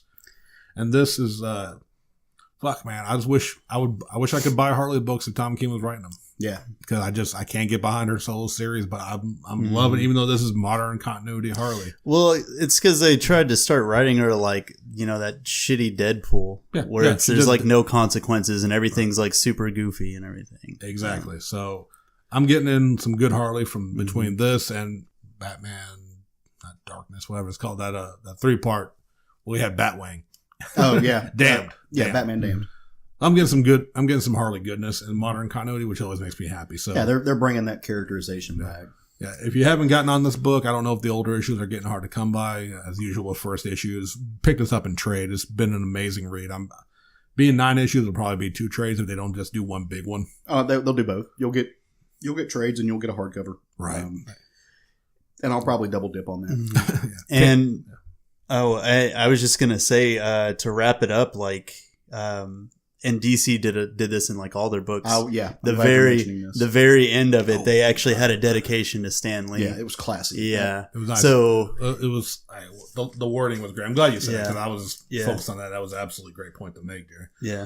Yeah, with the utmost respect from the distinguished competition, Excelsior, in memoriam of Stan Lee. And that classy. Great to see. Yeah. Just it speaks volumes to his advocacy of the medium. Absolutely, because like I said, he got a start in Marvel. He was the face of Marvel for sure, even after he no longer was actually doing any work in there. But he was just, as we mentioned before in our tribute to him, he was the face of comics. It's all one family, man. It's all one big family. It's, comics is a small medium, small world. That's why I don't understand some of the people who, not to take to a negative place, but who act like it's all a big competition fest and that you have to be cutthroat, because it's not that, and it's never been that. It will never be that. Yeah, there's been some scarier aspects of it, and on some level, it's a job, but it's all one family, dude. And if you can't jive with that family, then it's not the family's issue; it's you. So, faux show. Yeah, I can't wait to see what comes from that series. It's been great. You could tell that Tom King's definitely making moves, like big moves in it. And he's the man, and it's going to affect DC continuity. Everything that he's been doing, and it has been affecting DC continuity. Every new character they bring in there, and I don't want him to be stretched thin, but I want him to write every fucking book in DC. You know what I mean? Because, don't be stretched thin, but write everything. Because I mean, like I've always liked Booster Gold. I've always thought he was an interesting character, but honestly, I've never given a shit about him until even just the 2-issue arc they had in Batman with the wedding thing. Like he writes Booster Gold amazing. That's the first time I've seen him write Blue Beetle, and of course his Harley Quinn has been amazing in this. So yeah, more Tom King, please. So the book that I went over today, let me start that again. Okay. Sorry, I am having trouble with words today. The book that I really liked this week that I read was actually Champions #1. I think Caleb and I might have been the only ones that have been reading Champions. I think so. Yeah, I think Craig's been reading it. Yeah. I don't know if he's been just as hopped up on it as we were, but I think it's in a stack. It's been excellent. I actually, full disclosure, had to read the last 2 issues. I think it was the last issue for the Weird World story arc and then the annual before I read this, which you don't necessarily need to since it's a #1. There is a little bit of backlash from it that apparently the characters are going through. But so pretty much what's going on in this story, you have your base team still. You have Miss Marvel, Miles Morales, Spider-Man, Sam Alexander. I should really just start calling him Spider-Man, but I feel like if I call him Spider-Man, then people are going to think I'm talking about Peter Parker. Yeah. But I'm not. Sam Alexander, formerly Nova. Mm-hmm. Brawn, which is Amadeus Cho with Hulk powers. Viv Vision. Ironheart, which is Riri Williams. We talked about her series. Snowguard and the Wasp. Snowguard is a great new character. Yeah. Yeah. And that was something I didn't really know anything about her because I didn't start Champions at the beginning like you did. So I really learned everything about her from that last annual that they did because it was a very heavy story about her. So if you think that is a lot of characters on a team, they actually basically started a international team. Oh, nice. They expanded like tenfold. They got a whole bunch of new members and they decided that they're going to start conquering problems all around the world. And Miss Marvel is actually leading the team now. So the book starts off with Miss Marvel leading an operation. She's got a team of 5 in Mexico. She's got a team of I think it's 4. I want to say there was one more on this one that they're not showing, but it's Japan. So the Mexico team is actually taking down basically a slave trade. You've got people that were like kidnapping children and selling them out. Human trafficking. Yeah. Japan, there was some kind of natural disaster going on, and they're sending their team out to take care of that. And then meanwhile, back at the what you think is the base, you have your main team of Viz, Spider-Man, and Miss Marvel. And then you also have, it shows Sam and Amadeus Cho, and they're apparently in a ship while Miss Marvel's directing these missions. They're headed somewhere. So the other characters that they've added to the team, which honestly, it looks like they're kind of new because I don't really recognize a lot of them. They've got the Locust, a different Falcon, Pinpoint, which I've never heard of, and a Power Man that I've never seen before. And I don't know if these are like new characters, but they're all kind of like they have their own nationalities and stuff. Mm-hmm. You could tell that just by their names that a lot of them don't come from America. But I don't know, it's really great. I really love the diversity in it, and all the different characters and all their different like crazy costumes and everything was really cool. You find out then that Miss Marvel and her team of some of the core champions, the place that they were headed is they're like above, I think it's it's Zax. He's like the superpowered electric villain. And apparently he's going crazy, and they've got a plan to stop him. And Braun made this battery thing to basically suck all of his power out and trap him in that. So, they're all like gung-ho, and all their other missions are succeeding and everything. And, they jump out of this jet and they're going into the battle. Which awesome. It's a pretty awesome double page spread. Yeah. With, I guess, their version of Avengers Assemble. Champions Charge. Yeah. And Miss Marvel's got her arms stretched out, and Braun's just free falling. And Spider-Man's got the old web parachute, which is a great thing. So I think gorgeous art in this book. Yeah. I'm really liking it. It's been Jim Zub. This has been fantastic. Yeah, no, he's the writer. Oh, it's, wait, who is I guess I should have. I wonder if it's Sean Isaacs. Steve Cummings. Steve Cummings. Yeah. Good art. Yeah. Sean Isaacs was the last artist, right? Yeah. So Steve Cummings is in this one. So it's basically, just showing, of all the good they're doing, and, they're about to be successful. And then the next follow-up page is just basically looks like a catastrophe, and everybody just getting really messed up. Like, and it basically looks like there's a destroyed city in the background and everything. And they don't really explain it after that. So I'm trying to figure out where that's coming from. They ended up stopping Zax, and, all the teams regroup. You have, man, I forget the kid. I keep forgetting his name. That was the Nova. Sam Alexander. Yeah, Sam. So you have Sam that's wanting to talk to Miles. And Miles is just in a mood and slams the door on his face. So there's some kind of tension there. And then Braun walks up, and, Sam's just, he's in a lot of kind of like pain and emotional stress because he's lost his powers twice. So he's just a normal dude now. Well, if I'm not mistaken, he's also lost. They still don't know where his dad is. Yeah, his dad's still somewhere out in space. And then him and Braun kind of get into an argument. And Braun like pushes him up against the wall and stuff, and then walks away. So there's definitely things going on here that they're not mentioning, that there's a lot of like, just, I don't know if it's just pressure from, being on a bigger team or anything like that, or, something weird happened in that mission. They do mention some of the Weird World stuff where, Viv actually kissed, Riri at the end of it. And they kind of have a thing about that. That they haven't really, discussed a lot of. Miss Marvel is trying to go in and talk to her core team and find out where they were, because they weren't in the big meeting at the very end, welcoming everybody in and, congratulating them on a, successful mission before they all party and stuff. So she sees Sam in the hallway, and she realizes that Miles is in his room, and she goes in and she just, knocks. He doesn't answer or anything. So she just shrinks down and goes under his door, and they get into it. He gets pissed, and he tells her to get out, and she goes, and he's just sitting in his room kind of thinking about it all. And then there's a voice coming from the corner with some very, very, scary looking font. And you're like, what's this? And they say, such angers Mr. Miles. I'm quite surprised, actually. And when you turn the page, it's Mephisto. Oh, shit. And he says, isn't this everything you hoped for? So my thoughts on it were, something happened, they died, and Miles made a deal with Mephisto to bring everybody back.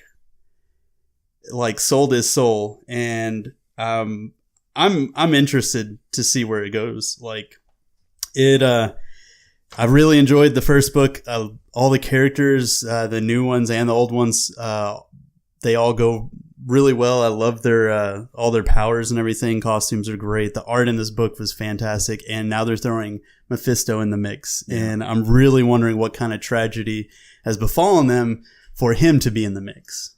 I don't know for sure, but I would like to remind you of the issue that came out right before they jumped into Weird World, which was the school shooting issue, where Miles went through a lot. He was there when the school shooting happened. He was unable to stop it. And then they kind of just dropped that out of nowhere and dropped you right into Weird World. Like, it didn't finish that story. That's true. So I say that to, again, I don't know for sure, but I have a feeling, an inkling, if you will, that something is going to tie back into that. And because you don't have an event like that happen and then not deal with it and then just move on quickly, even in comics. Like the editorial, I don't think, unless I'm just completely wrong, would let you do that. So I imagine there is going to be something that has to do with Mephisto that ties into why they portaled into Weird World just after the school shooting happened, just after this moment. Well, they did show them getting into Weird World. Yeah, that was, but it was the next issue. Like they didn't pick up that thread of the PTSD from the school shooting. They just kind of left that dangling, and I'm willing to bet some hard-earned green American dollars that Jim Zub is going to pull that in here somehow. Yeah. So. Yeah, it was incredible. I would definitely recommend it. It's a #1 issue, so go check it out. Yeah, it was great. I do want to say it's still weird to me that they decided to renumber right now. Yeah, that's my weirdest thing with this. Yeah, and they didn't give it a subtitle or a new title. It's like, here's your new volume of Champions. Pretty much, yeah. It's picking up right where it left off. It's the same thread, but for some reason they just jumped right back into number 1. Yeah, which was strange. It's not a knock on it or anything. It's just different. Just maybe something that we have to get used to in comics with the renumbering that we're always kind of talking about. But it was interesting. I still don't know why. Do you think they're treating it like a soft reboot? No, it didn't feel that way to me. Yeah, there been callbacks to it before. Yeah, they're immediately it's literally tying into the issues beforehand. Because Sam talks about losing his powers twice, which happened in the last run, and then Viv and Riri have that thing where they kissed, which was literally last issue. Oh, okay. Yeah, I didn't know if this was some other stuff in other books. I missed that detail. Sorry. And I think when Riri and Viv are talking, they actually mention Weird World and everything. Yeah. So. Okay, because I'm coming off a year of I think 3 different starts of Teen Titans. Right. So maybe it's a soft reboot like I got 3 times, but no, it's just Marvel being weird with their numbering. But sounds like an awesome book though. Yeah. I haven't got to read this yet. It's on my stack. I'm about to today. I just read it for you. So. You did. I appreciate it. High fives. Yeah. Yay. All right. So I guess it's my turn now. I'm going to put my hyperbole hat on for just a minute. And he used the word I don't know. I'm out. I'm going to I know that word. fully acknowledge that it is hyperbole and that I am prone to do that sometimes, but I'm also going to say that I mean it in all seriousness. The book I read this week was Immortal Hulk number 11.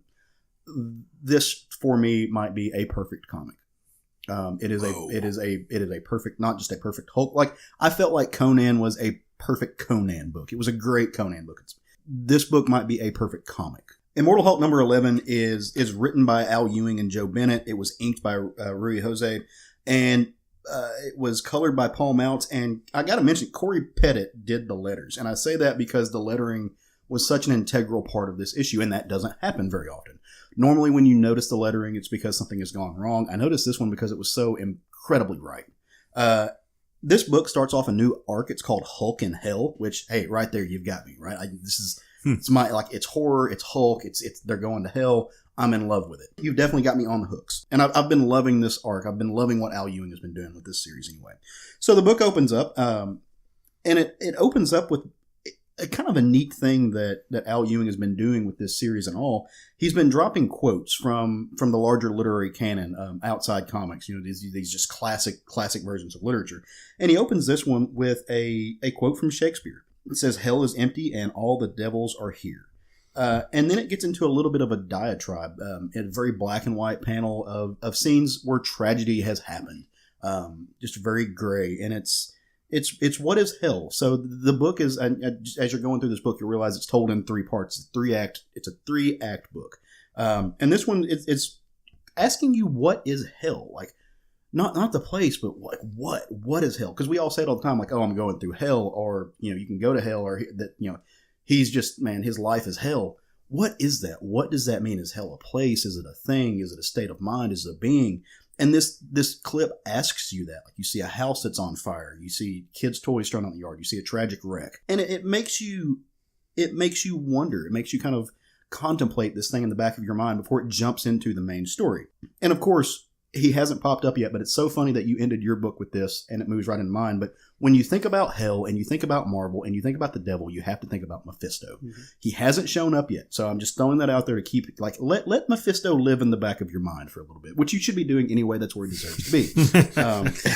He lives in our hearts, in all of us. Okay, goth kid. So the main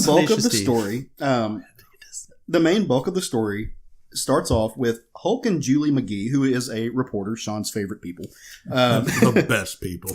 And they are taking a stroll through hell. Now, if you're wondering how they got to hell, go read issues 1 through 10. It's I just say it because it's too much. I don't have time to tell you what took them to hell and what all has happened and what's been going on in this world. But fantastic story.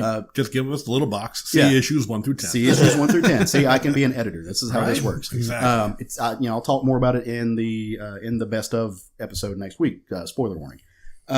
But Jackie she's a reporter. She's linked up, and they're going.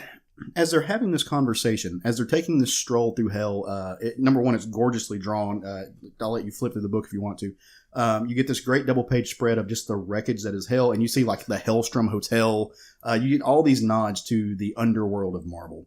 But the conversation that they're having does not have a whole lot to do with hell. What they're talking about is anger. They're talking about rage. And with a character like Hulk, that might be expected, right? But here's the thing you need to know about Jackie if you haven't read this book. She is also a black woman. She's a successful, business-oriented black woman. And as they're walking through, they're having this conversation, and basically Hulk is saying, well, yeah, no, but like the reason that me and you have problems is because you're also trying to get the gamma bomb. Like you're trying to understand this gamma radiation, and I don't know why. And she's like, well, what do you mean you don't know why? You're allowed to get angry.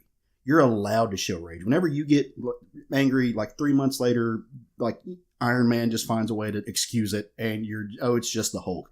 Or, he finds a magic space paradise planet to blow you off the planet to. Or Doctor Strange comes in and he just makes things right. I'm a black woman. If I get angry, nobody listens to me. I'm a stereotype. I'm an angry black woman. She's like, you're allowed to know rage. I'm punished for it. And that is an incredible remark on our society. Yeah. It was and Al Ewing did it so well to just really show how in the comics, in Marvel world, and also in the real world, we're ran by college educated white men who decide who get to be enraged and mad and what they get to be mad about. And a lot of her characterization is just her needing to show anger because she hasn't had a great life either. Like her parents have died. She's been orphaned. A lot of these stories that we also see from our big superheroes. As they're having this conversation, it gets interrupted by a corpse with no eyes, and it's the corpse of Rick Jones. And this blew my mind. And Rick Jones is just kind of babbling, like he's saying things without saying things, like he's not coherent. And they realize this, and so like you're starting to realize that you're not where you think you are. Like there is something different here. This is not the hell that you would expect. Like you're not going to see former dead heroes here. There's something about this that is a state of being and a state of mind. Again, what is hell? So the story cuts right there and it goes to another clip. And then it goes to another black and white page where it's these 6 panels of black and white imagery. And it starts talking about God's wrath. What is God's wrath? Like we all, God's going to punish this person. I must have done something wrong. That's why all these bad things are happening. Do I deserve to be in hell if I'm in hell? And then it cuts to Carl Crusher Creel, the Absorbing Man, who has been a big part of this arc. He absorbed some gamma energy. He's being used in a certain way. I don't know who might be in hell that would use these people. That could be the devil. But he's having a conversation with another character that I don't know that they've ever met in Marvel continuity before. And it's Puck from Alpha Flight, who is an incredible character, but has a lot to do. The reason Puck is in this book because Sasquatch has also been in this book. Carl Lankowski, who also gamma radiated person, links to the Hulk. He's been in this arc as well. So Puck is in there and he's talking to Crusher Creel and he's like, no, we have to figure out what's going on here. You're not a bad person. You've just been used. Now, Carl Creel is a complicated figure, right? Like he's He's not all bad. He's not all good. He's not quite an anti-hero, but he's not quite an anti-villain. He's complex. He's layered. He's inevitably hurt on some level to be the type of person that he is. And you don't really, like, you can see the moral struggle. And this is, man, Joe Bennett just crushes it. Like, again, you're talking about great art, and you feel the angst. You feel the sorrow and the sadness that he is just bleeding out in all these pages. He's scared. Like, he doesn't know what to do. He's lost. He's alone. And Puck, on the other hand, is Puck. He's just like, no, we're going to figure this out, buddy. Let's go on an adventure. And then the book jumps back to Hulk and Jackie. And they start talking about shells, about the shells of people. Because, again, we just saw Rick Jones, he's got no eyes. He's kind of a soulless being in hell, walking around, and who these people are, which leads them to a conversation about father figures. All in Hulk continuity, always an issue. Hulk's dad was an abusive person. Hulk married into a family with Thunderbolt Ross, who could have been a father figure, but wasn't, and turns out to be a terrible father, and a terrible person. Like, he passes up the opportunity to be a good man all the time. That's just kind of who he is. And, of course, Jackie has lost her father. He's dead. He was taken from her too soon. And it gets into that childhood trauma. And then, because the book is awesome, all of those figures show up. And they're just like Rick Jones. They have no eyes. They're burned. They're decrepit. They look like they've been in hell. To tie it into the rest of the series, and on the last page, you see another father pop up. And I'm not going to tell you who it is, because I think you should go read this book. But if you've been reading the Hulk series this time, you might have an inkling of who it is. Again, someone that could have been a better person but hasn't been. Someone who is so important to the life of Bruce Banner, but who you might not overtly think of. It's incredible. It is goddamn near perfect comics. Just the pacing is 100% on point. And again, I gotta say, we gush about writers all the time, and rightfully so. And we gush about artists all the time, and rightfully so. Like, those are the powerhouses. We very rarely talk about the lettering in these books. And dude, give this man an award. Corey Pettit just crushes it. He is so emotive in this text. When you're getting this wonderful exposition about very complicated things like what is hell, he uses a standard font like you would write papers with, Times New Roman or something like that. When he needs to, he switches over to something akin to Comic Sans, but more professional. Just does a great job. And it's the text of his letters that really tie you into the tone and to this revelation and make this book literary. And I don't say that to knock other books that aren't this, but this book is literary. Like, it's making incredible moves. It's really hard. Like, y'all know me. I love my spreadsheets. I've already got my spreadsheets up for 2019 for my pull list, and I'm already getting ready for the best of 2019 year awards. First book on my, as far as a single issue goes. Right. This is going to be hard to beat. It really is. It is a phenomenal job, and it's Jerry, you love Magnolia. If you love Magnolia, I think you will absolutely love Joe Bennett's drawings. Sean, you like really complicated, like anti-hero, anti-villain kind of people who have shades of gray. You're going to love the Hulk. Craig already loves this book. I don't have to, it's a phenomenal, it's something we haven't seen before and I've spoken about it on the show before. This book continually blows me away because it is so different than the Hulk that we've seen before. It is not your Peter David. It's something. Okay, this is what you get when you let a 2000 AD writer write the Hulk. Like, this guy's Al Ewing has written Judge Dredd before. He's a British writer that deals with some of these quirky, these isms of the things that we love. And he's bringing that here. And I mean, be goddamned if they're not doing the work of their career right now. It's phenomenal. And I can't wait for you guys to check it out and read it. And I highly encourage you to. For my money, best book on the shelf right now. Very nice. Yeah. I mean, it sounds amazing. Like I said, be one of those, either like a trade buy or I need to borrow your set one day. You are welcome to use my library anytime you want to. Yeah, that sounds pretty awesome. You think we're going to get like a Dante's Inferno? God, I hope so. Yeah. I hope so, man. Yeah.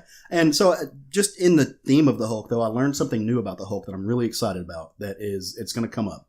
So I was flipping through the previews magazine night before last, and I'm looking at what's coming up down the road, because that's what you do with previews. That's how you get your stack right. Doc Samson's coming back. Oh, they got Leonard Samson sitting in the chair, and as far as I know, Doc Samson's still real dead. Like he's still very dead. It's comics. But I mean, you've got your main character walking through hell, and I know in 3 months a figure that's been dead is coming back. So I can't wait. Can't wait to see what they're going to do. It's phenomenal. You should read this. What do you like? Stop listening to me. Like, well, no. Shut off the podcast now and go buy this book. Finish the podcast and then go find this book. It's incredible. And then come tell me about how right I was, because I need that. I need that in my life. I don't have very good self-esteem. I need you to build me up. My head is small. Make it bigger. Tell me it's pretty. Jerry just punched himself in the face. Yeah, that's low self-esteem right there. Yeah, flogging. Well, guys, we still got a little. So we've got extra time in the absence of Craig. So, was there any other books that you fine fellows read this week that you really hit you where you feel? No, no. I'm trying to. I haven't got through a lot of my pull list yet. I thought I had Runaways this week, which was pretty solid. Still kind of going on with the rebirth of the Gibborim. I think that's how you say those demons that they dealt with in the very first arc. So a little changes going on there, but nothing superb. Savage Dragon was very crazy. But, as Savage Dragon do. As it do. I like where he's going, but as much as I love Larson, he's tackling a subject matter that I'm not loving the way he's tackling it, but it's still very interesting. If you know what's been going on with Malcolm's wife, she's going through some shit. Yeah. And like I said, I love Savage Dragon for the B-movie comic that it is. Mm-hmm. When you're handling someone who has died, come back with like over sexualness because she went to heaven and experienced pure ecstasy and was just trying to catch that back on Earth, to just now getting raped to death by a giant demon, to be revived again. Yeah. It's almost like, as much as I love you, Larson, and all your work, it's like that kind of a story arc. I would like a deeper writer, to tackle. It's still good. And like, he is trying, bless him. I say, no me, but it's like, man, it's like, it was a good book, but I can't help but kind of picture what other writers would have done with that and going deeper into it. And who knows, he still might. It's still in the middle of that arc. So Savage Dragon was actually a very kind of all over the place, but that part really stood out. It's like, if it was more focused on that, I probably would. It may have been book of the week. Nice, because it was good, but it was also like kind of everywhere. Nice. There were the last 2 issues basically of Infinity War. Mm-hmm. It was the Lost Guardian and Infinity released this week. They were all right. Like the Last Guardian or Lost Guardian. You would think that it was going to be talking about Gamora, because she was, had the whole issues and she was the reason that they were doing this. It was actually diving into Drax, because they actually had to leave him outside of the Soul Stone because he had 2 different souls. And this was like the first time I've ever actually heard his backstory, which is nothing like his character in the movie. So he was pretty much a human who was like a jazz musician. Him and his family were driving back from Vegas, and Thanos landed on their car and pretty much killed them. And I can't remember the character's name, but he's connected with Thanos. It might have been his father, but he pretty much came in and was like, if you want vengeance, like, I can't kill Thanos and I can't undo these deaths, but if you want vengeance, I can help you, and basically made him Drax. So he combined their souls. Oh, is that a retcon? I don't know. I know I've heard of stuff of him being combined with 2 souls in the past. Yeah. So I really don't know. I feel like it felt like it was just them retelling his old, but it was basically just Drax. They split their souls at the end of the Infinity Wars, and the other version of him, the human version, decided to go on and live his life after they kept these worlds open. And then Drax just I don't know. They don't know what happened to Drax. And then the other one that they had actually debuted at the end of it, Adam Warlock, instead of deciding you get this stone, you get this stone, you get this stone, he took the Soul Stone and gave all the rest of the gems a soul so they can make up their own minds and their own decisions and everything. Yeah. So Infinity was basically about this convict on Murder Row who is falsely accused of killing a bunch of people, who ends up getting the Time Stone. So I'm kind of interested in what they're going to do with that character. Now, is this Donny Cates writing this still? No. Or was this Donny Cates wasn't writing. Oh, wait, okay. He was doing Death of the Inhumans. Maybe that's what it was. If I had it in front of me, I can't remember who was writing it, but it was kind of interesting because you also see Moondragon and haven't seen her and Captain. Well, so I guess those characters died in our universe because Infinity Wars. One of the universes that also had Gamora with the Infinity Stones, she basically destroyed their universe, and Moondragon and Phyla Vel got sucked into our universe. So that's how they're going to be in Guardians of the Galaxy that Donny Cates is going to be writing. So it kind of showed them and some stuff with them. So that was pretty cool. That's awesome. Yeah, sounds good. And I don't know if it was. It might be a new release, but I know our local comic book shop owner just discovered that Junji Ito has a lot of fans. So so I don't know if he just ordered it now or if it's a new release. But I picked up Fragments of Horror, the book I just put in your hands. Yeah. Cam. It's a shorter of his collection, only about like 8 or 10 stories roughly. But for a price, it's amazing. It's quickly already become one of my favorite of his collections. Nice. Hey, speaking of Junji Ito, I read a book this week. That was Junji Ito. So I've been kind of going through I buy a lot of books. Don't have time to read them all, so I stick them in a box, put them beside my chair in my office, and I try to work through them when I can. So I read Junji Ito's Yon and Moo, A Cat Story. I put out every week on my personal social media a chance to vote on what I'm going to read next. And people voted for Yon and Moo, and it was fantastic. It's not what I expected. It's a completely different version of Junji Ito than it was heartwarming, and that was weird from Junji Ito.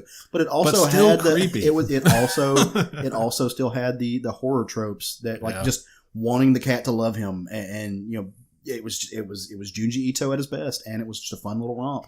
And so I got to throw it out there. Thank you again for introducing me to Junji Ito. Unfortunately, all other manga has failed in comparison. And then last but not least on my little, I guess what do we call it? Honorable mentions. Yeah. I gotta throw out some love to this week's Detective Comics. When we talk about Batman here lately, most of the time it's Tom King, and rightfully so. He's killing it. He's doing a great job. But Peter J. Tomasi and Doug Mahnke and their crew are on the Detective Comics story right now. And this week's was great. This week's was fantastic. I can't wait to read more. Great throw-ins with Alfred, which is what I like. Like Detective, I expect to dive more into the world around Batman. And they did a great job. And there's some weirdness happening, man. Some weirdness. Shit's going down. And they have put the Wayne Manor on lockdown, which hardly ever happens. So it's for real. All right. So again, great comics all around. I wish we had enough space to just talk about all of them. I would love that. I wish we had the space to do 2 of these a week or 4 of these a week. And we should launch a Patreon so we can make that happen. But alas, we can't. And we have to end this really great podcast. And we're going to do it as we always do by looking forward to the future, because every Wednesday, new comics drop at our local comic book shop or at your retailer near you or wherever you get your comics. And it's my favorite day of the week. So what's coming out this week that you guys are just really, really looking forward to? Because Craig is not here, we always let Craig go first, but he can't because he doesn't exist in this world right now. But next, you just said he's dead to us. What the hell? We should have put a picture of Craig right here beside us. Go steal a picture of him, right? But no, next week Turok #1 from Ron Mars and Roberto Castillo is coming out. I think it's Dynamite Comics that's putting it out. I can't wait. I love Turok. I used to play remember my first Turok game was the N64 game. I had no idea it was a comic beforehand, but it was. And it's the Turok that you know and love. He's a dinosaur hunter, and I love dinosaurs. So I love people who hunt dinosaurs. And Ron Mars is a killer writer. He's written some of the best Green Lantern stories. And I'm not the Green Lantern fan that Jerry is, but the Green Lantern stories that I've read have been Ron Mars. And I can't wait. It's going to be a fun time. Hell yeah. So what about you, Sean? To the surprise of absolutely nobody who's listened to a single episode of this show, my pick for next week is Batman number 62, written by Tom King with Nightwing artist Travis Moore doing the art. This is continuing the boy who wants to be Bruce Wayne arc. And it's like, it started off, it got the jump on the last issue. So that's one I'm assuming, it sounds like from the script here, it's going to be even delving deeper. And they're even calling it more like it's going to a straight horror story. Yeah. So I'm hyped for that. Nice. Being the person I am, they don't have a issue of Venom releasing next week. But I did find out, and I guess I completely forgot about it, that they have a Web of Venom, which I'm actually really digging, because it's almost as if Donny Cates is doing this sort of Venom universe within his own continuity of stuff. So the last one they did was the Carnage, and this one's Web of Venom, Venom Unleashed. And it's actually going to be written by Ryan Stegman. Oh, nice. Which is interesting because he's been doing the art for it. Yeah, he's normally the artist. And the artist for it is going to be Kyle Holtz. So the story of for this particular issue, this one shot, is it's basically the Venom's journey through Eddie's old haunts in San Francisco. He just got to San Francisco last issue, had a pretty rough run-in with his own father. The symbiote is pretty much like almost like maimed, like it's not connected with the hive mind anymore whenever it got damaged after them fighting Null. So it's almost just acting out of its own like sort of instincts, very bestial. So it's going to be interesting. I don't know if it's just going to get away from him and have like a dog's day out, because the last issue, it was really well represented, because instead of him wearing it like he normally does, since he can't hardly control it, he had it changed into a giant pit bull. And like the leash that he had it on was part of the symbiote too. And amazing. at one point, like when his dad and him were getting into it, it tried to like spread out and kill his dad and stuff, and he had to pull it off of him and everything. So it's kind of like this, this whole metaphor of him not being able to keep it. What? I want Thori the Asgardian to get the Venom suit so bad. Donnie, bruh, I'll see you in March. We're having drinks. Let's talk about how Thori the Murder Dog can get the Venom symbiote. Stranger things have happened with that symbiote, for sure. It's gonna happen. It's been interesting. I'm gonna hold my breath until it does. Okay. And Caleb's turning purple already. Well, all right. I'm sorry. Another issue that's coming out that I think we're all you only interested get in. One. Kieran Gillian's Die, number 2. Yeah. Yes. Very cool. Yes. We had fun reviewing that on the show. Yes, we did. Good times.